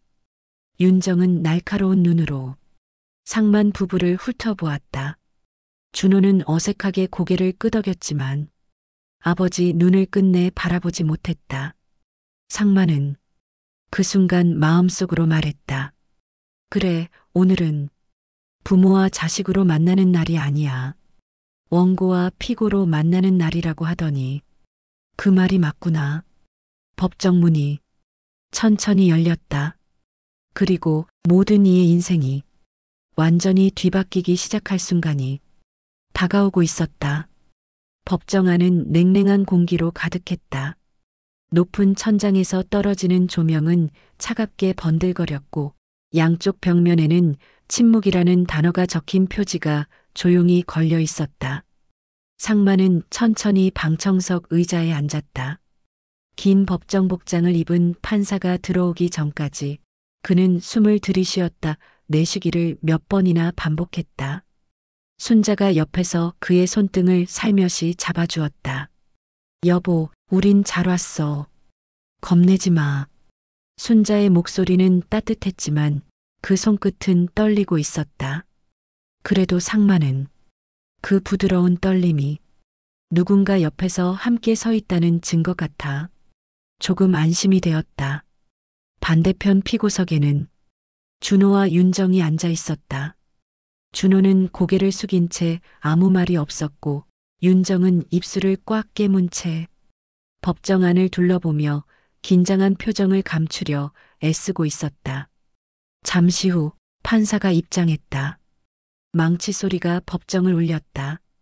금일 사건, 원고 김상만, 피고 김준호 외일인, 주택 소유권 및 점유권 관련 분쟁, 제1차 변론을 시작하겠습니다. 상마는 손에 쥔 공책을 3개 잡았다. 그 공책은 그가 살아온 순간들을 기록한 그의 인생 증거였기 때문이다. 상만 측 변호사가 자리에서 일어났다. 침착하지만 강한 목소리였다. 존경하는 재판장님, 본 사건은 복잡해 보이지만 사실 핵심은 단순합니다. 원고 김상만이 평생 벌어 세금을 내고 관리하며 지켜온 주택과 건물들을 피고 측이 사실상 자기들 것이라 주장하며 불법적으로 점유하고 심지어 원고를 그 집에서 내쫓기까지 한 사건입니다. 방청석에서 작은 숨소리가 흘러나왔다. 윤정의 얼굴이 살짝 굳어졌다. 준호는 그 말을 듣는 순간 몸을 움찔했다. 변호사는 이어 말했다. 원고는 법적 소유자이며 피고들은 이 주택을 무상으로 이용해 왔습니다. 그러나 피고들은 비밀번호를 바꾸고 퇴거를 요구하고 방 사용을 제한하며 법적 소유자를 사실상 자신의 집에서 차단하는 행동을 했습니다. 이건 단순한 가족 갈등이 아니라 명백한 불법 점유이자 협박에 가까운 행위입니다. 법정 안이 조용해졌다. 변호사는 천천히 서류를 들었다. 재판장님, 이 모든 사실은 등기부등본, 공과금 납부 내역, 세금 영수증, 그리고 녹음 파일로 입증됩니다. 판사가 고개를 끄덕였다. 녹음 파일이 있다고 하셨습니까? 네, 재판장님. 피고 부부가 원고에게 나가라고 말한 날짜의 음성 녹취가 있습니다. 그 순간 피고석에서 윤정의 눈이 휘둥그레졌다. 녹음? 준호가 속삭였다. 여보, 그때. 윤정은 입술을 꽉 깨물었다. 저분 부모님 그걸 들었을 줄이야. 판사의 허가가 떨어지자 변호사는 노트북을 켰다. 그리고 클릭. 법정안은 순간 정적에 잠겼다. 스피커에서 낯익은 목소리가 흘러나왔다. 부모님, 저희가 솔직히 말씀드릴게요. 이대로는 못 살아요. 너무 힘들어요. 순자의 손이 작게 떨렸다. 상만의 눈은 촉촉해졌다. 녹음은 이어졌다. 부모님 두 분, 이 집에서 나가주셔야겠어요. 순간 법정 안의 공기가 싸늘하게 얼어붙었다. 몇몇 방청객이 의자를 움찔하며 뒤로 밀었다. 판사의 표정도 살짝 움직였다. 놀람과 실망이 섞인 눈빛이었다. 그리고 더 치명적인 한 줄이 나왔다. 이 집, 어차피 나중엔 다 우리 거잖아요. 그 말은 재산을 노렸습니다라는 고백이나 다름없었다. 녹음이 끝나자 법정안은 말 그대로 침묵이었다. 준호는 얼굴이 하얗게 질렸고 윤정은 손톱이 손바닥에 박힐 만큼 쥐어짜고 있었다. 변호사는 고개를 숙이며 말했다. 이상입니다. 피고 측 변호사가 급히 자리에서 일어났다. 재판장님, 이 녹음은 맥락의 왜곡입니다. 부모님이 먼저 우리에게 큰 스트레스를 주셨고 감정이 격해져서 나온 말일 뿐입니다. 판사가 물었다. 감정이 격해졌다고 해서 법적 소유자에게 퇴거를 요구할 수는 없습니다.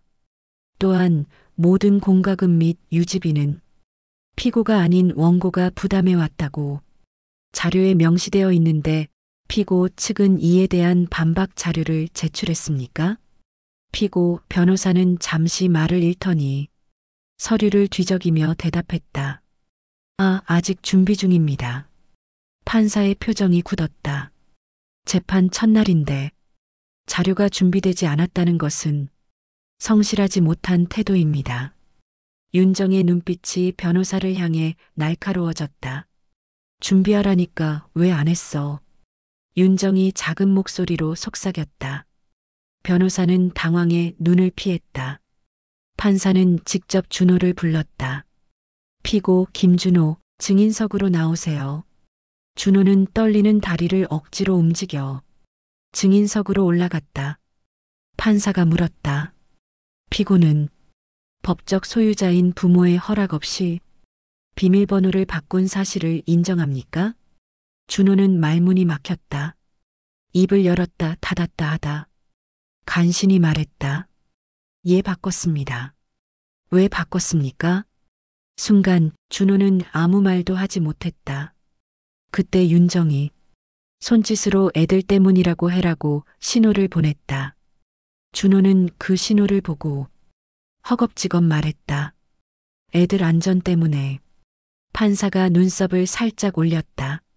안전을 이유로 사유지를 소유자에게 출입 불가능하게 만든 겁니까? 준호는 더 이상 말을 잇지 못했다. 순간 법정 안에서 작은 탄식이 들렸다. 이어서 상만 측 변호사가 말했다. 재판장님, 원고가 30년간 이 집을 유지하기 위해 직접 납부해온 모든 세금 자료를 제출하겠습니다. 큰 박스가 법정 앞으로 옮겨졌다. 그 안에는 수십 년치 영수증이 연도별로 정리되어 있었다. 판사는 놀란 듯 말했다. 이걸 다 원고가 직접 정리하신 겁니까?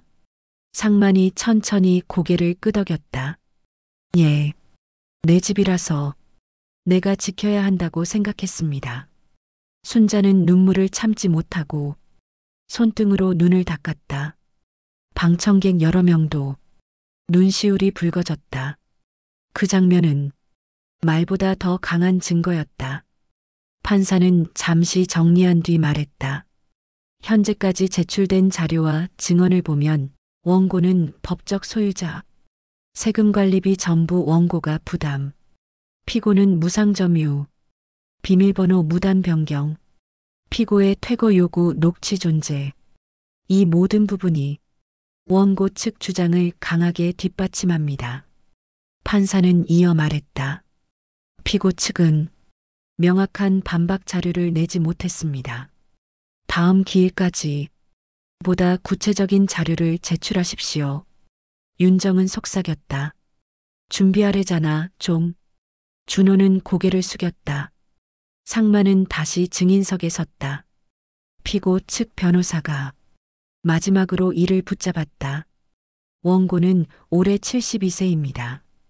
이 정도 고령이라면 판단 능력이 떨어졌을 가능성도 있습니다. 혹시 충동적으로 내용 증명 등을 보내신 건 아닙니까? 순간 상만은 고개를 들었다. 그리고 기억 속 한 페이지를 꺼내듯 천천히 말했다. 나는 내 아빠다.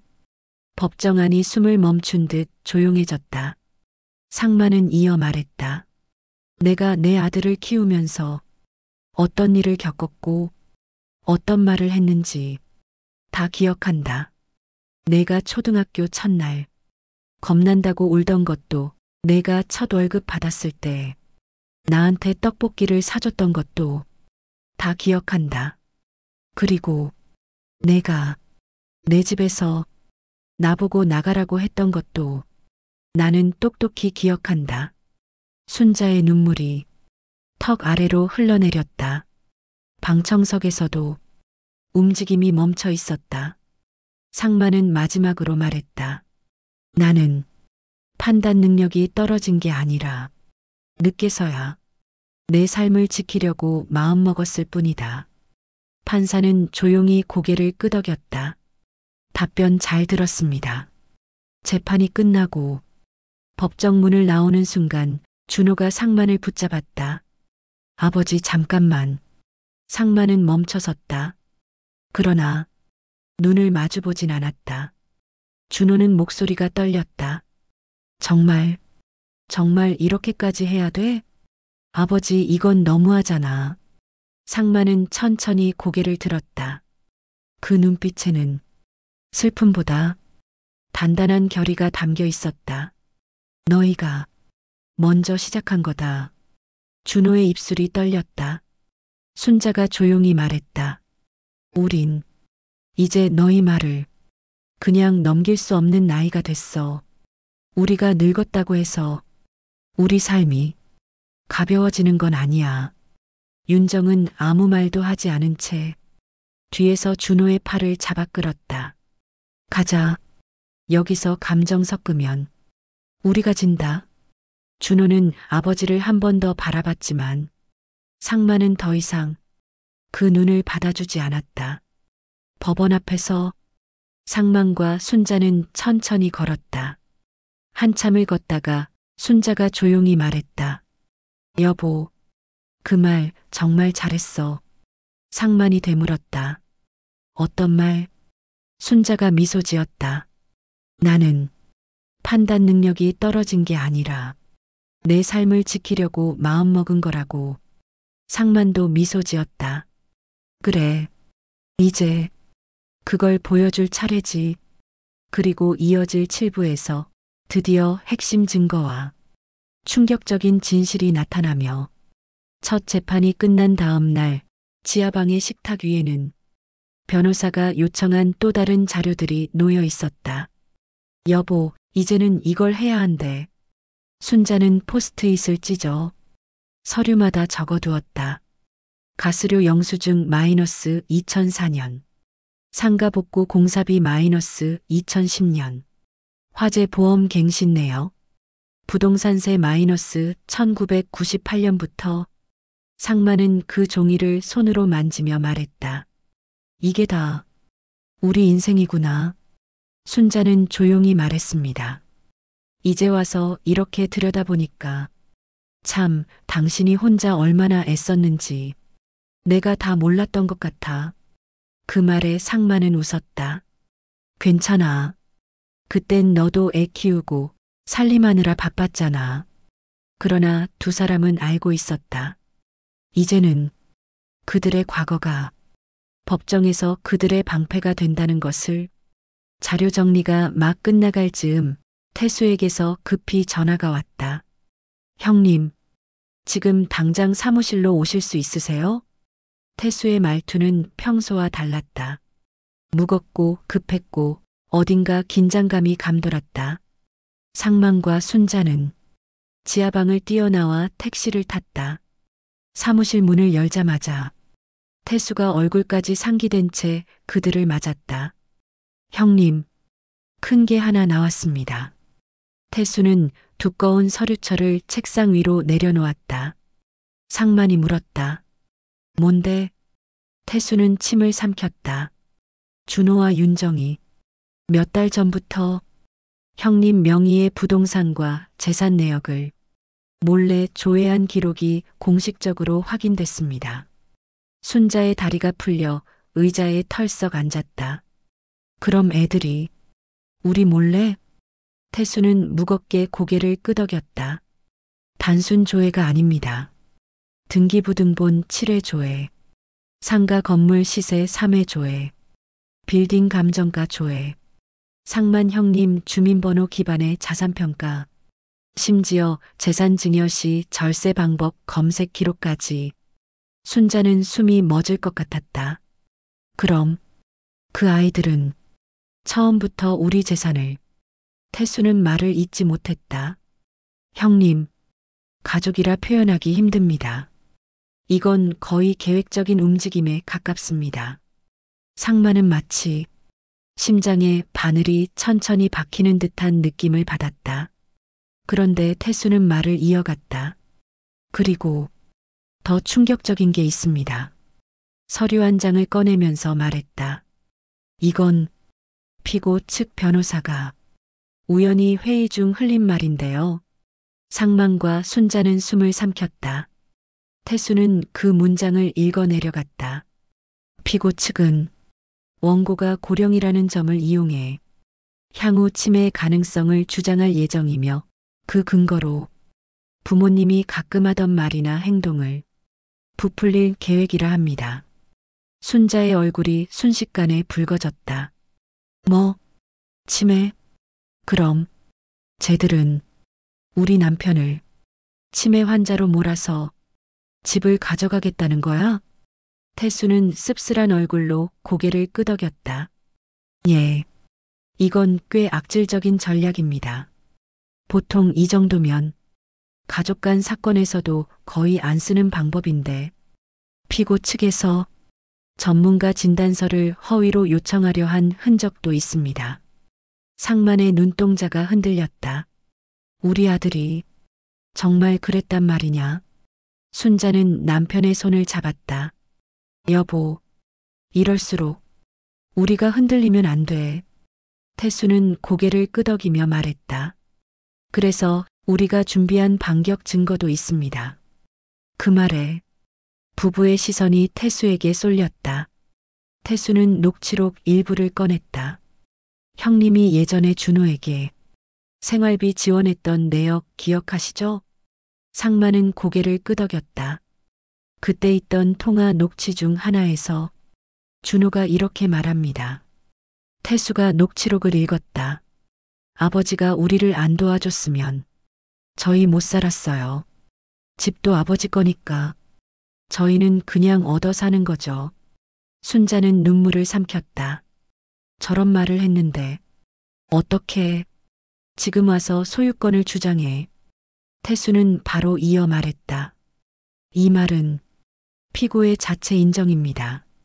집이 원고의 소유라는 걸 본인 입으로 말한 것이니까요. 태수는 또 다른 서류 뭉치를 내밀었다. 형님 상가와 빌딩 세입자분들이 자발적으로 진술서를 써주셨습니다. 상마는 놀랐다. 세입자들이? 예. 다들 형님이 30년 넘게 한 번도 임대료를 올리지 않고 오히려 사정 어려우면 깎아주셨다면서 이 건물의 진짜 주인은 항상 김상만 씨였다. 라고 직접 써주셨습니다. 순자는 손으로 입을 가리며 말했다. 여보, 사람들한테는 당신이 이렇게 보였는데 상마는 아무 말도 할 수 없었다. 태수는 마지막 서류를 꺼냈다. 그리고 가장 핵심 증거입니다. 그는 진지하게 말했다. 형님이 준호네 집 대출을 과거 몇 년간 약 8천만 원 이상 대신 갚아준 기록이 있습니다. 순자는 몸을 떨었다. 그걸 어떻게? 준호 씨 통장에서 대출금 상환 날짜에 같은 금액이 빠져나간 기록이 있는데 그 뒷날 형님 통장에서 같은 금액이 다시 준호 씨 계좌로 들어간 내역이 여러 차례 확인됐습니다. 즉 준호는 부부 생활이 빠듯하다며 상만에게 돈을 받아 자신들의 대출을 갚아온 것이다. 순자는 분노에 떨며 말했다. 그럼 우리가 준 돈으로 저 애들은 자기 집을. 상만은 손으로 이마를 짚었다. 나는 아들 집이라도 지켜주려고 힘든 몸으로 돈 벌어다 넣어줬는데. 순자는 눈물을 뚝뚝 흘렸다. 그걸로 우릴 몰아내려고 했던 거네. 사무실 안의 공기가 무겁게 가라앉았다. 변호사가 말했다. 이 모든 자료는 다음 재판에서 판세를 완전히 뒤집는 핵심 증거들입니다. 특히 피고 측이 상속 목적 사전 준비를 했다는 정황이 드러나면 법원은 매우 엄격하게 판단합니다. 상마는 떨리는 목소리로 물었다. 그러면 우리가 이길 수 있습니까? 변호사는 확신에 찬 목소리로 말했다. 이기는 것이 아니라 이 재산이 원래 누구의 것이었는지를 법원이 다시 확인해주는 절차가 될 겁니다. 순자의 손이 상만의 손 위에서 천천히 떨리고 있었다. 그러나 이번에는 희망의 떨림이었다. 그 시각 집에서는 준호와 윤정이 변호사에게서 온 문서를 받아들고 있었다. 변호사 얼굴은 심각했다. 두 분, 솔직히 말해 상황이 좋지 않습니다. 윤정이 소리를 질렀다. 뭐가요? 우리가 뭘 잘못했는데요? 변호사는 냉정하게 말했다. 세입자 진술, 대출 내역, 녹취 모두 원고에게 유리합니다. 특히 비밀번호 변경과 퇴거 요구는 판사가 강하게 문제 삼고 있습니다. 준호는 멍해졌다. 그럼 우리 집은? 집이요? 변호사는 단호하게 말했다. 애초에 두 분 집이 아니었습니다. 윤정은 입술을 물어뜯었다. 이럴 줄 알았으면 비밀번호라도 바꾸지 말걸.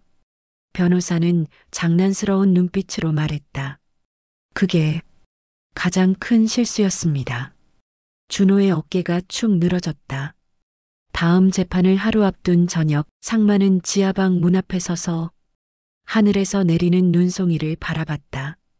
순자가 조용히 다가와 그의 팔을 붙잡았다. 여보, 무섭지? 상마는 고개를 천천히 끄덕였다. 무섭지. 아들을 법정에서 이겨버리면 평생 원망할 테니까. 순자가 상만의 손을 꽉 잡았다. 여보, 아들은 부모를 버렸어. 우리가 아들을 버리는 게 아니라 저 아이가 먼저 우리를 버린 거야. 상만의 눈가가 붉어졌다. 이제 우리 삶을 되찾자. 상만은 고개를 들었다. 하늘에서 흩날리는 첫눈이 가로등 불빛 아래에서 희미하게 반짝였다. 그래, 이제 끝을 보자. 그리고 그 다음 날 법정에서 모든 진실이 터져나오게 된다. 재판 이틀째 아침 법원 건물은 여전히 높고 차가웠습니다. 겨울 공기가 코끝을 스치고 회색 하늘 아래에서 사람들의 발걸음 소리가 딱딱하게 울렸습니다. 상마는 양복깃을 한 번 더 여미고 천천히 계단을 올랐습니다.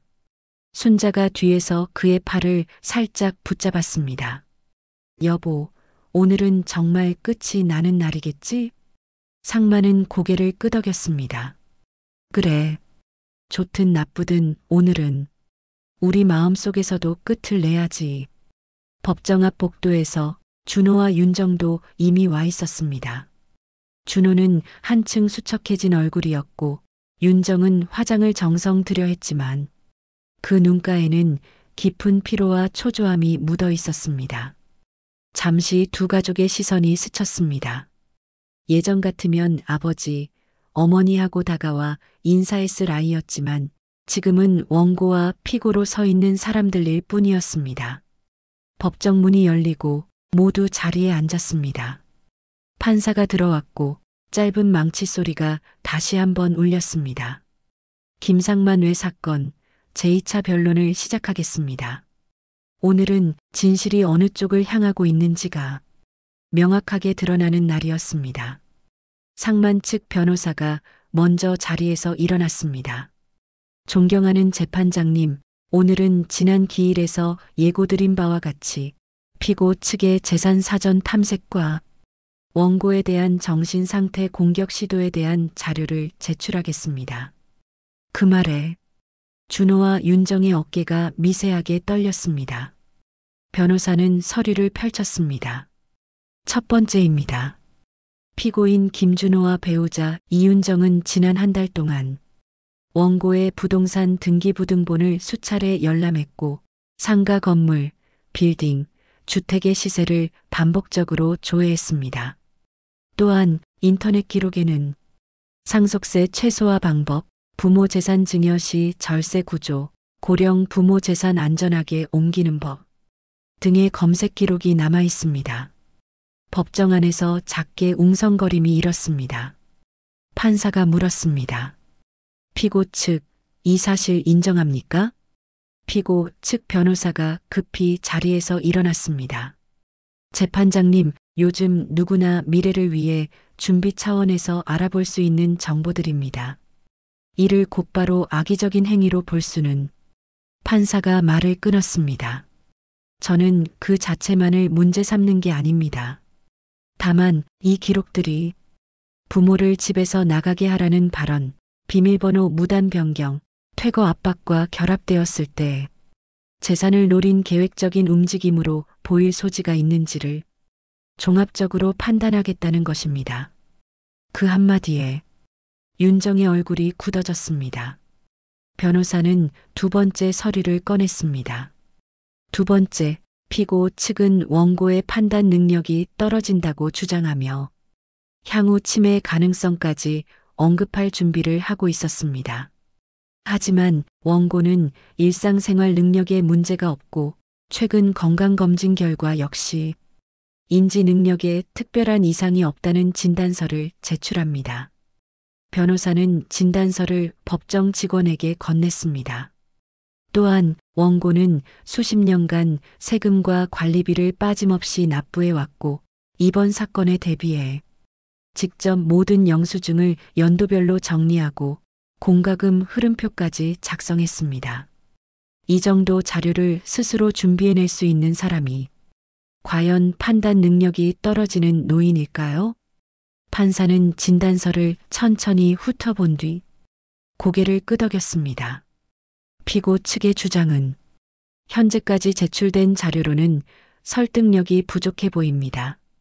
피고석에서 준호의 고개가 조금씩 숙어졌습니다. 변호사는 세 번째, 결정적인 서류를 꺼냈습니다. 세 번째, 이 사건에서 가장 중요한 재산 관련 흐름입니다. 원고는 아들 김준호의 주택 대출 상환을 위해 수년간 약 8천만 원 이상을 지원해 왔습니다. 여기 그 통장 내역과 비교표가 있습니다. 변호사는 모니터에 표를 띄웠습니다. 거기에는 날짜와 금액, 계좌 주인이 나란히 표시되어 있었습니다. 김준호 명의 대출 상환금 2,500만 원 출금. 그 다음 날 같은 금액이 원고 김상만 계좌에서 김준호 계좌로 입금. 이 패턴이 수년간 반복되어 왔습니다. 이 말은 피고가 주장하는 것과 달리 부모를 모시느라 경제적 피해를 입은 쪽은 피고가 아니라 오히려 원고라는 뜻입니다. 법정 안공기가 한순간 멈춘 듯 조용해졌습니다. 판사는 자료 화면을 오래 바라보다가 조용히 한마디 했습니다. 이 부분은 피고에게 상당히 불리합니다.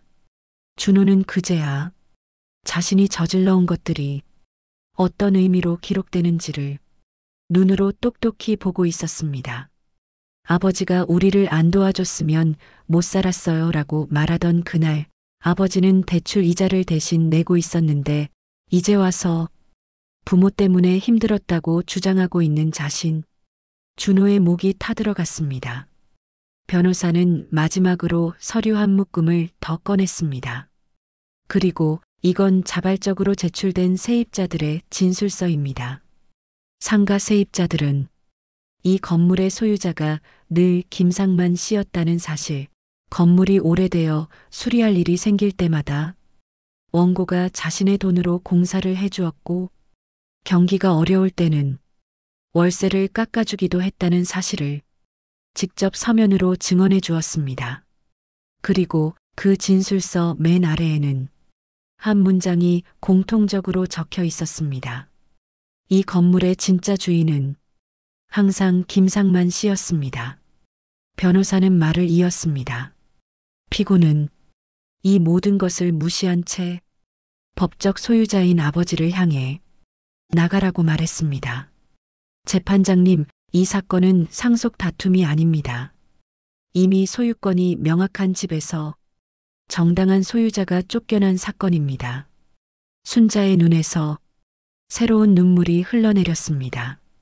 상만은 입술을 꽉 깨물었습니다. 판사가 피고석을 바라봤습니다. 피고 김준호 씨, 증인석으로 다시 나오십시오. 준호는 무거운 발걸음으로 증인석에 올라섰습니다. 판사가 물었습니다. 피고는 아버지께서 자신의 대출 상환을 수년간 도와주었다는 사실을 알고 있었습니까? 준호는 숨을 한 번 깊게 들이마셨다 내쉬었습니다. 예, 알고 있었습니다. 그럼에도 불구하고 부모님을 집에서 나가달라고 말한 이유가 무엇입니까? 준호는 대답하지 못했습니다. 입술만 파르르 떨렸습니다. 판사의 목소리가 조금 낮아졌습니다. 피고의 내적 사정을 이 법원이 모르는 것은 아닙니다. 요즘 세대가 대출과 생활비 때문에 힘들다는 것, 자녀 교육이 버거운 것 충분히 이해합니다. 그러나 경제적 어려움이 부모를 내쫓을 정당한 이유가 될 수는 없습니다. 준호의 눈가가 붉어졌습니다. 피고가 말하는 부담이 원고의 인생 전체를 부정할 만큼 무겁다고 보이진 않습니다. 판사의 그 한마디는 매몰차지도 감정적이지도 않았지만 너의 행동은 너의 힘듦으로도 변명할 수 없다 라고 말하는 것과 같았습니다. 이번에는 상만이 증인석에 섰습니다. 변호사가 마지막 질문을 던졌습니다. 원고께 묻겠습니다. 지금 이 재판을 통해 가장 바라는 것이 무엇입니까? 돈입니까? 집입니까? 아드님의 처벌입니까? 법정 앞 모두의 시선이 상만에게 쏠렸습니다. 상만은 잠시 눈을 감았다가 천천히 떴습니다. 그리고 자신의 인생을 정리하듯 한마디 한마디 또렷하게 말했습니다. 내가 바라는 건 내 집에서만큼은 쫓겨나지 않을 권리입니다. 평생 벌어서 세금 내고 빚 갚고 지키면서 살아온 집이잖아요. 마지막만큼은 남 눈치 보지 않고 내 발로 드나들고 싶어서 그래서 이 재판까지 오게 된 겁니다. 순자의 어깨가 흔들렸습니다. 상만은 이어 말했습니다.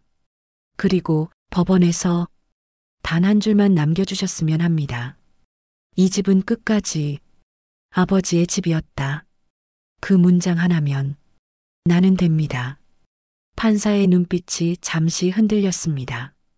그 말은 법 논리보다 훨씬 깊은 호소였습니다.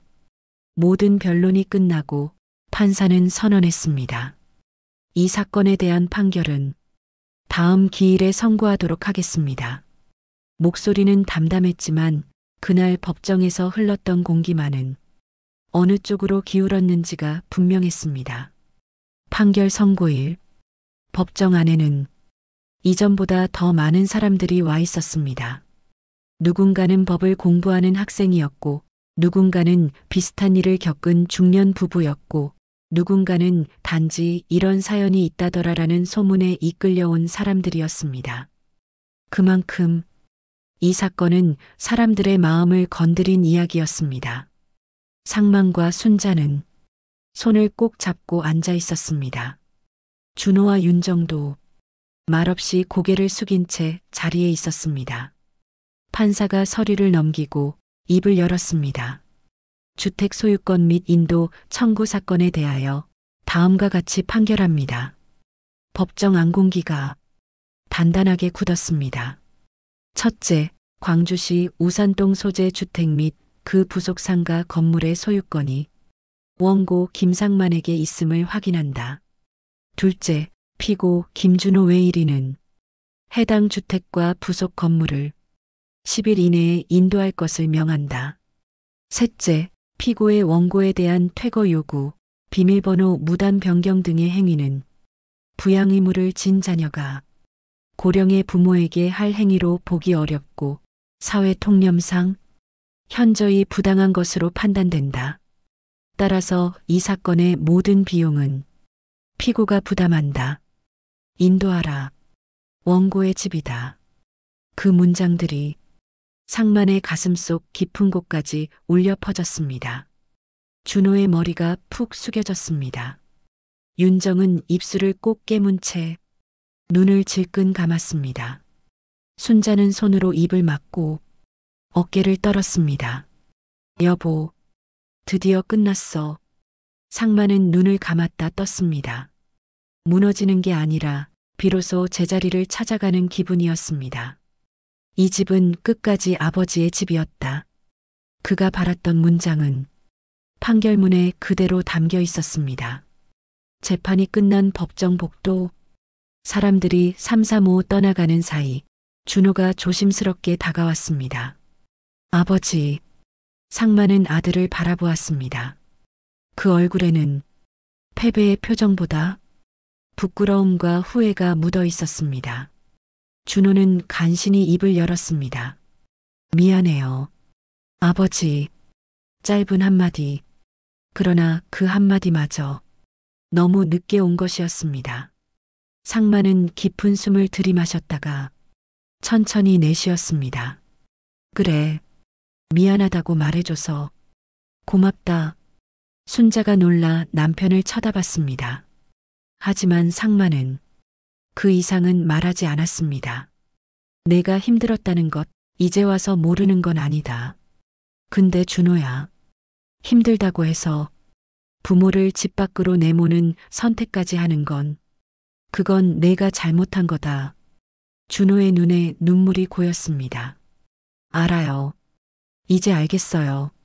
아버지가 얼마나 많은 걸 우리를 위해 써왔는지 이제야 보였습니다. 상만은 고개를 끄덕였습니다. 너도 너 인생 살아라. 다만 내 자식들 앞에서만큼은 오늘 내가 한 행동을 다시 반복하지 마라. 그 말은 용서와 경고가 함께 담긴 말이었습니다. 준호는 끝내 고개를 들지 못했고 천천히 물러났습니다.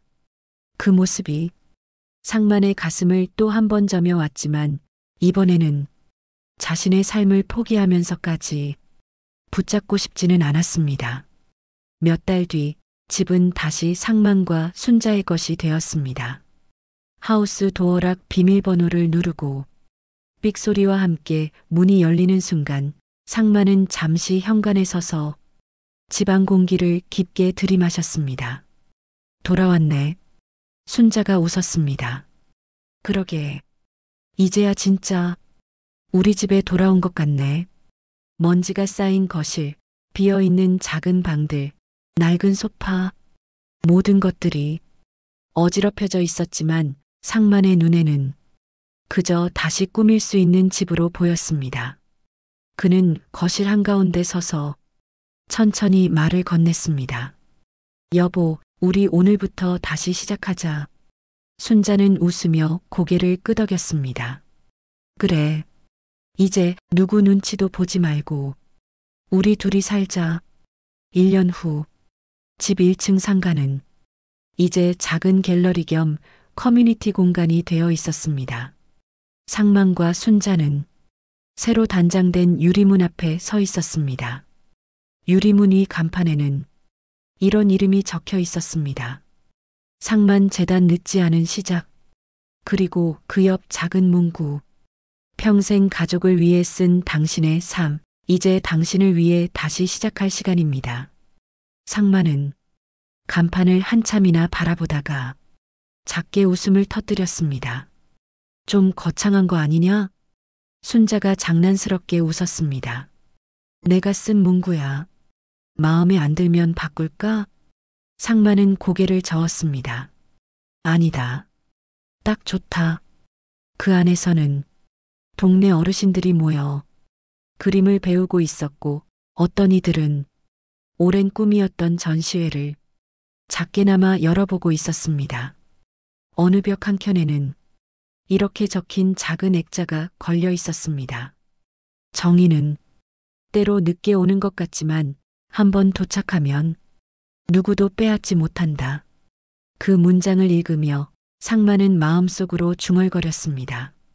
그래, 늦게 왔지만 그래도 와줬구나. 순자가 옆에서 물었습니다. 여보, 지금 행복해? 상만은 잠시 생각했다가 천천히 고개를 끄덕였습니다. 그래, 지금은 정말 행복하다. 그 행복은 사치스럽지도 화려하지도 않았지만 내 집에서 내가 선택한 사람들과 내가 원하는 일을 하며 사는 삶이라는 의미에서 그에게는 모든 것을 되찾은 행복이었습니다. 이야기를 들여다보던 당신도 어쩌면 누군가의 부모일지도 모릅니다. 누군가의 자식일지도 모릅니다.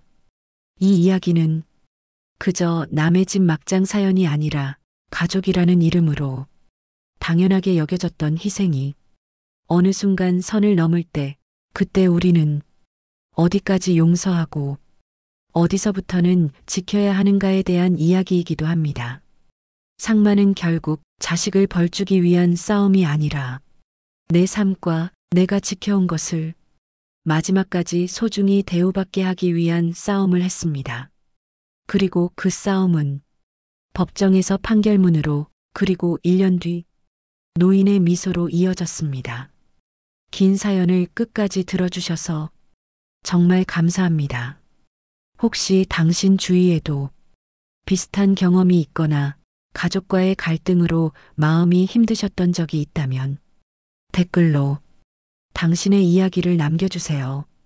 당신의 사연 하나하나가 또 다른 누군가에게 큰 위로와 힘이 될 수 있습니다. 앞으로도 이런 인생 사연 막막하다가도 결국에는 정의와 위로가 찾아오는 이야기들로 당신의 저녁 시간을 함께 채워드릴게요. 영상이 괜찮으셨다면 구독과 좋아요, 알림 설정까지 꼭 부탁드립니다. 당신의 작은 클릭 하나가 이 채널을 오래 이어갈 수 있는 큰 힘이 됩니다. 오늘도 끝까지 함께 해주셔서 다시 한번 고맙습니다. 다음 이야기에서 또 만나요.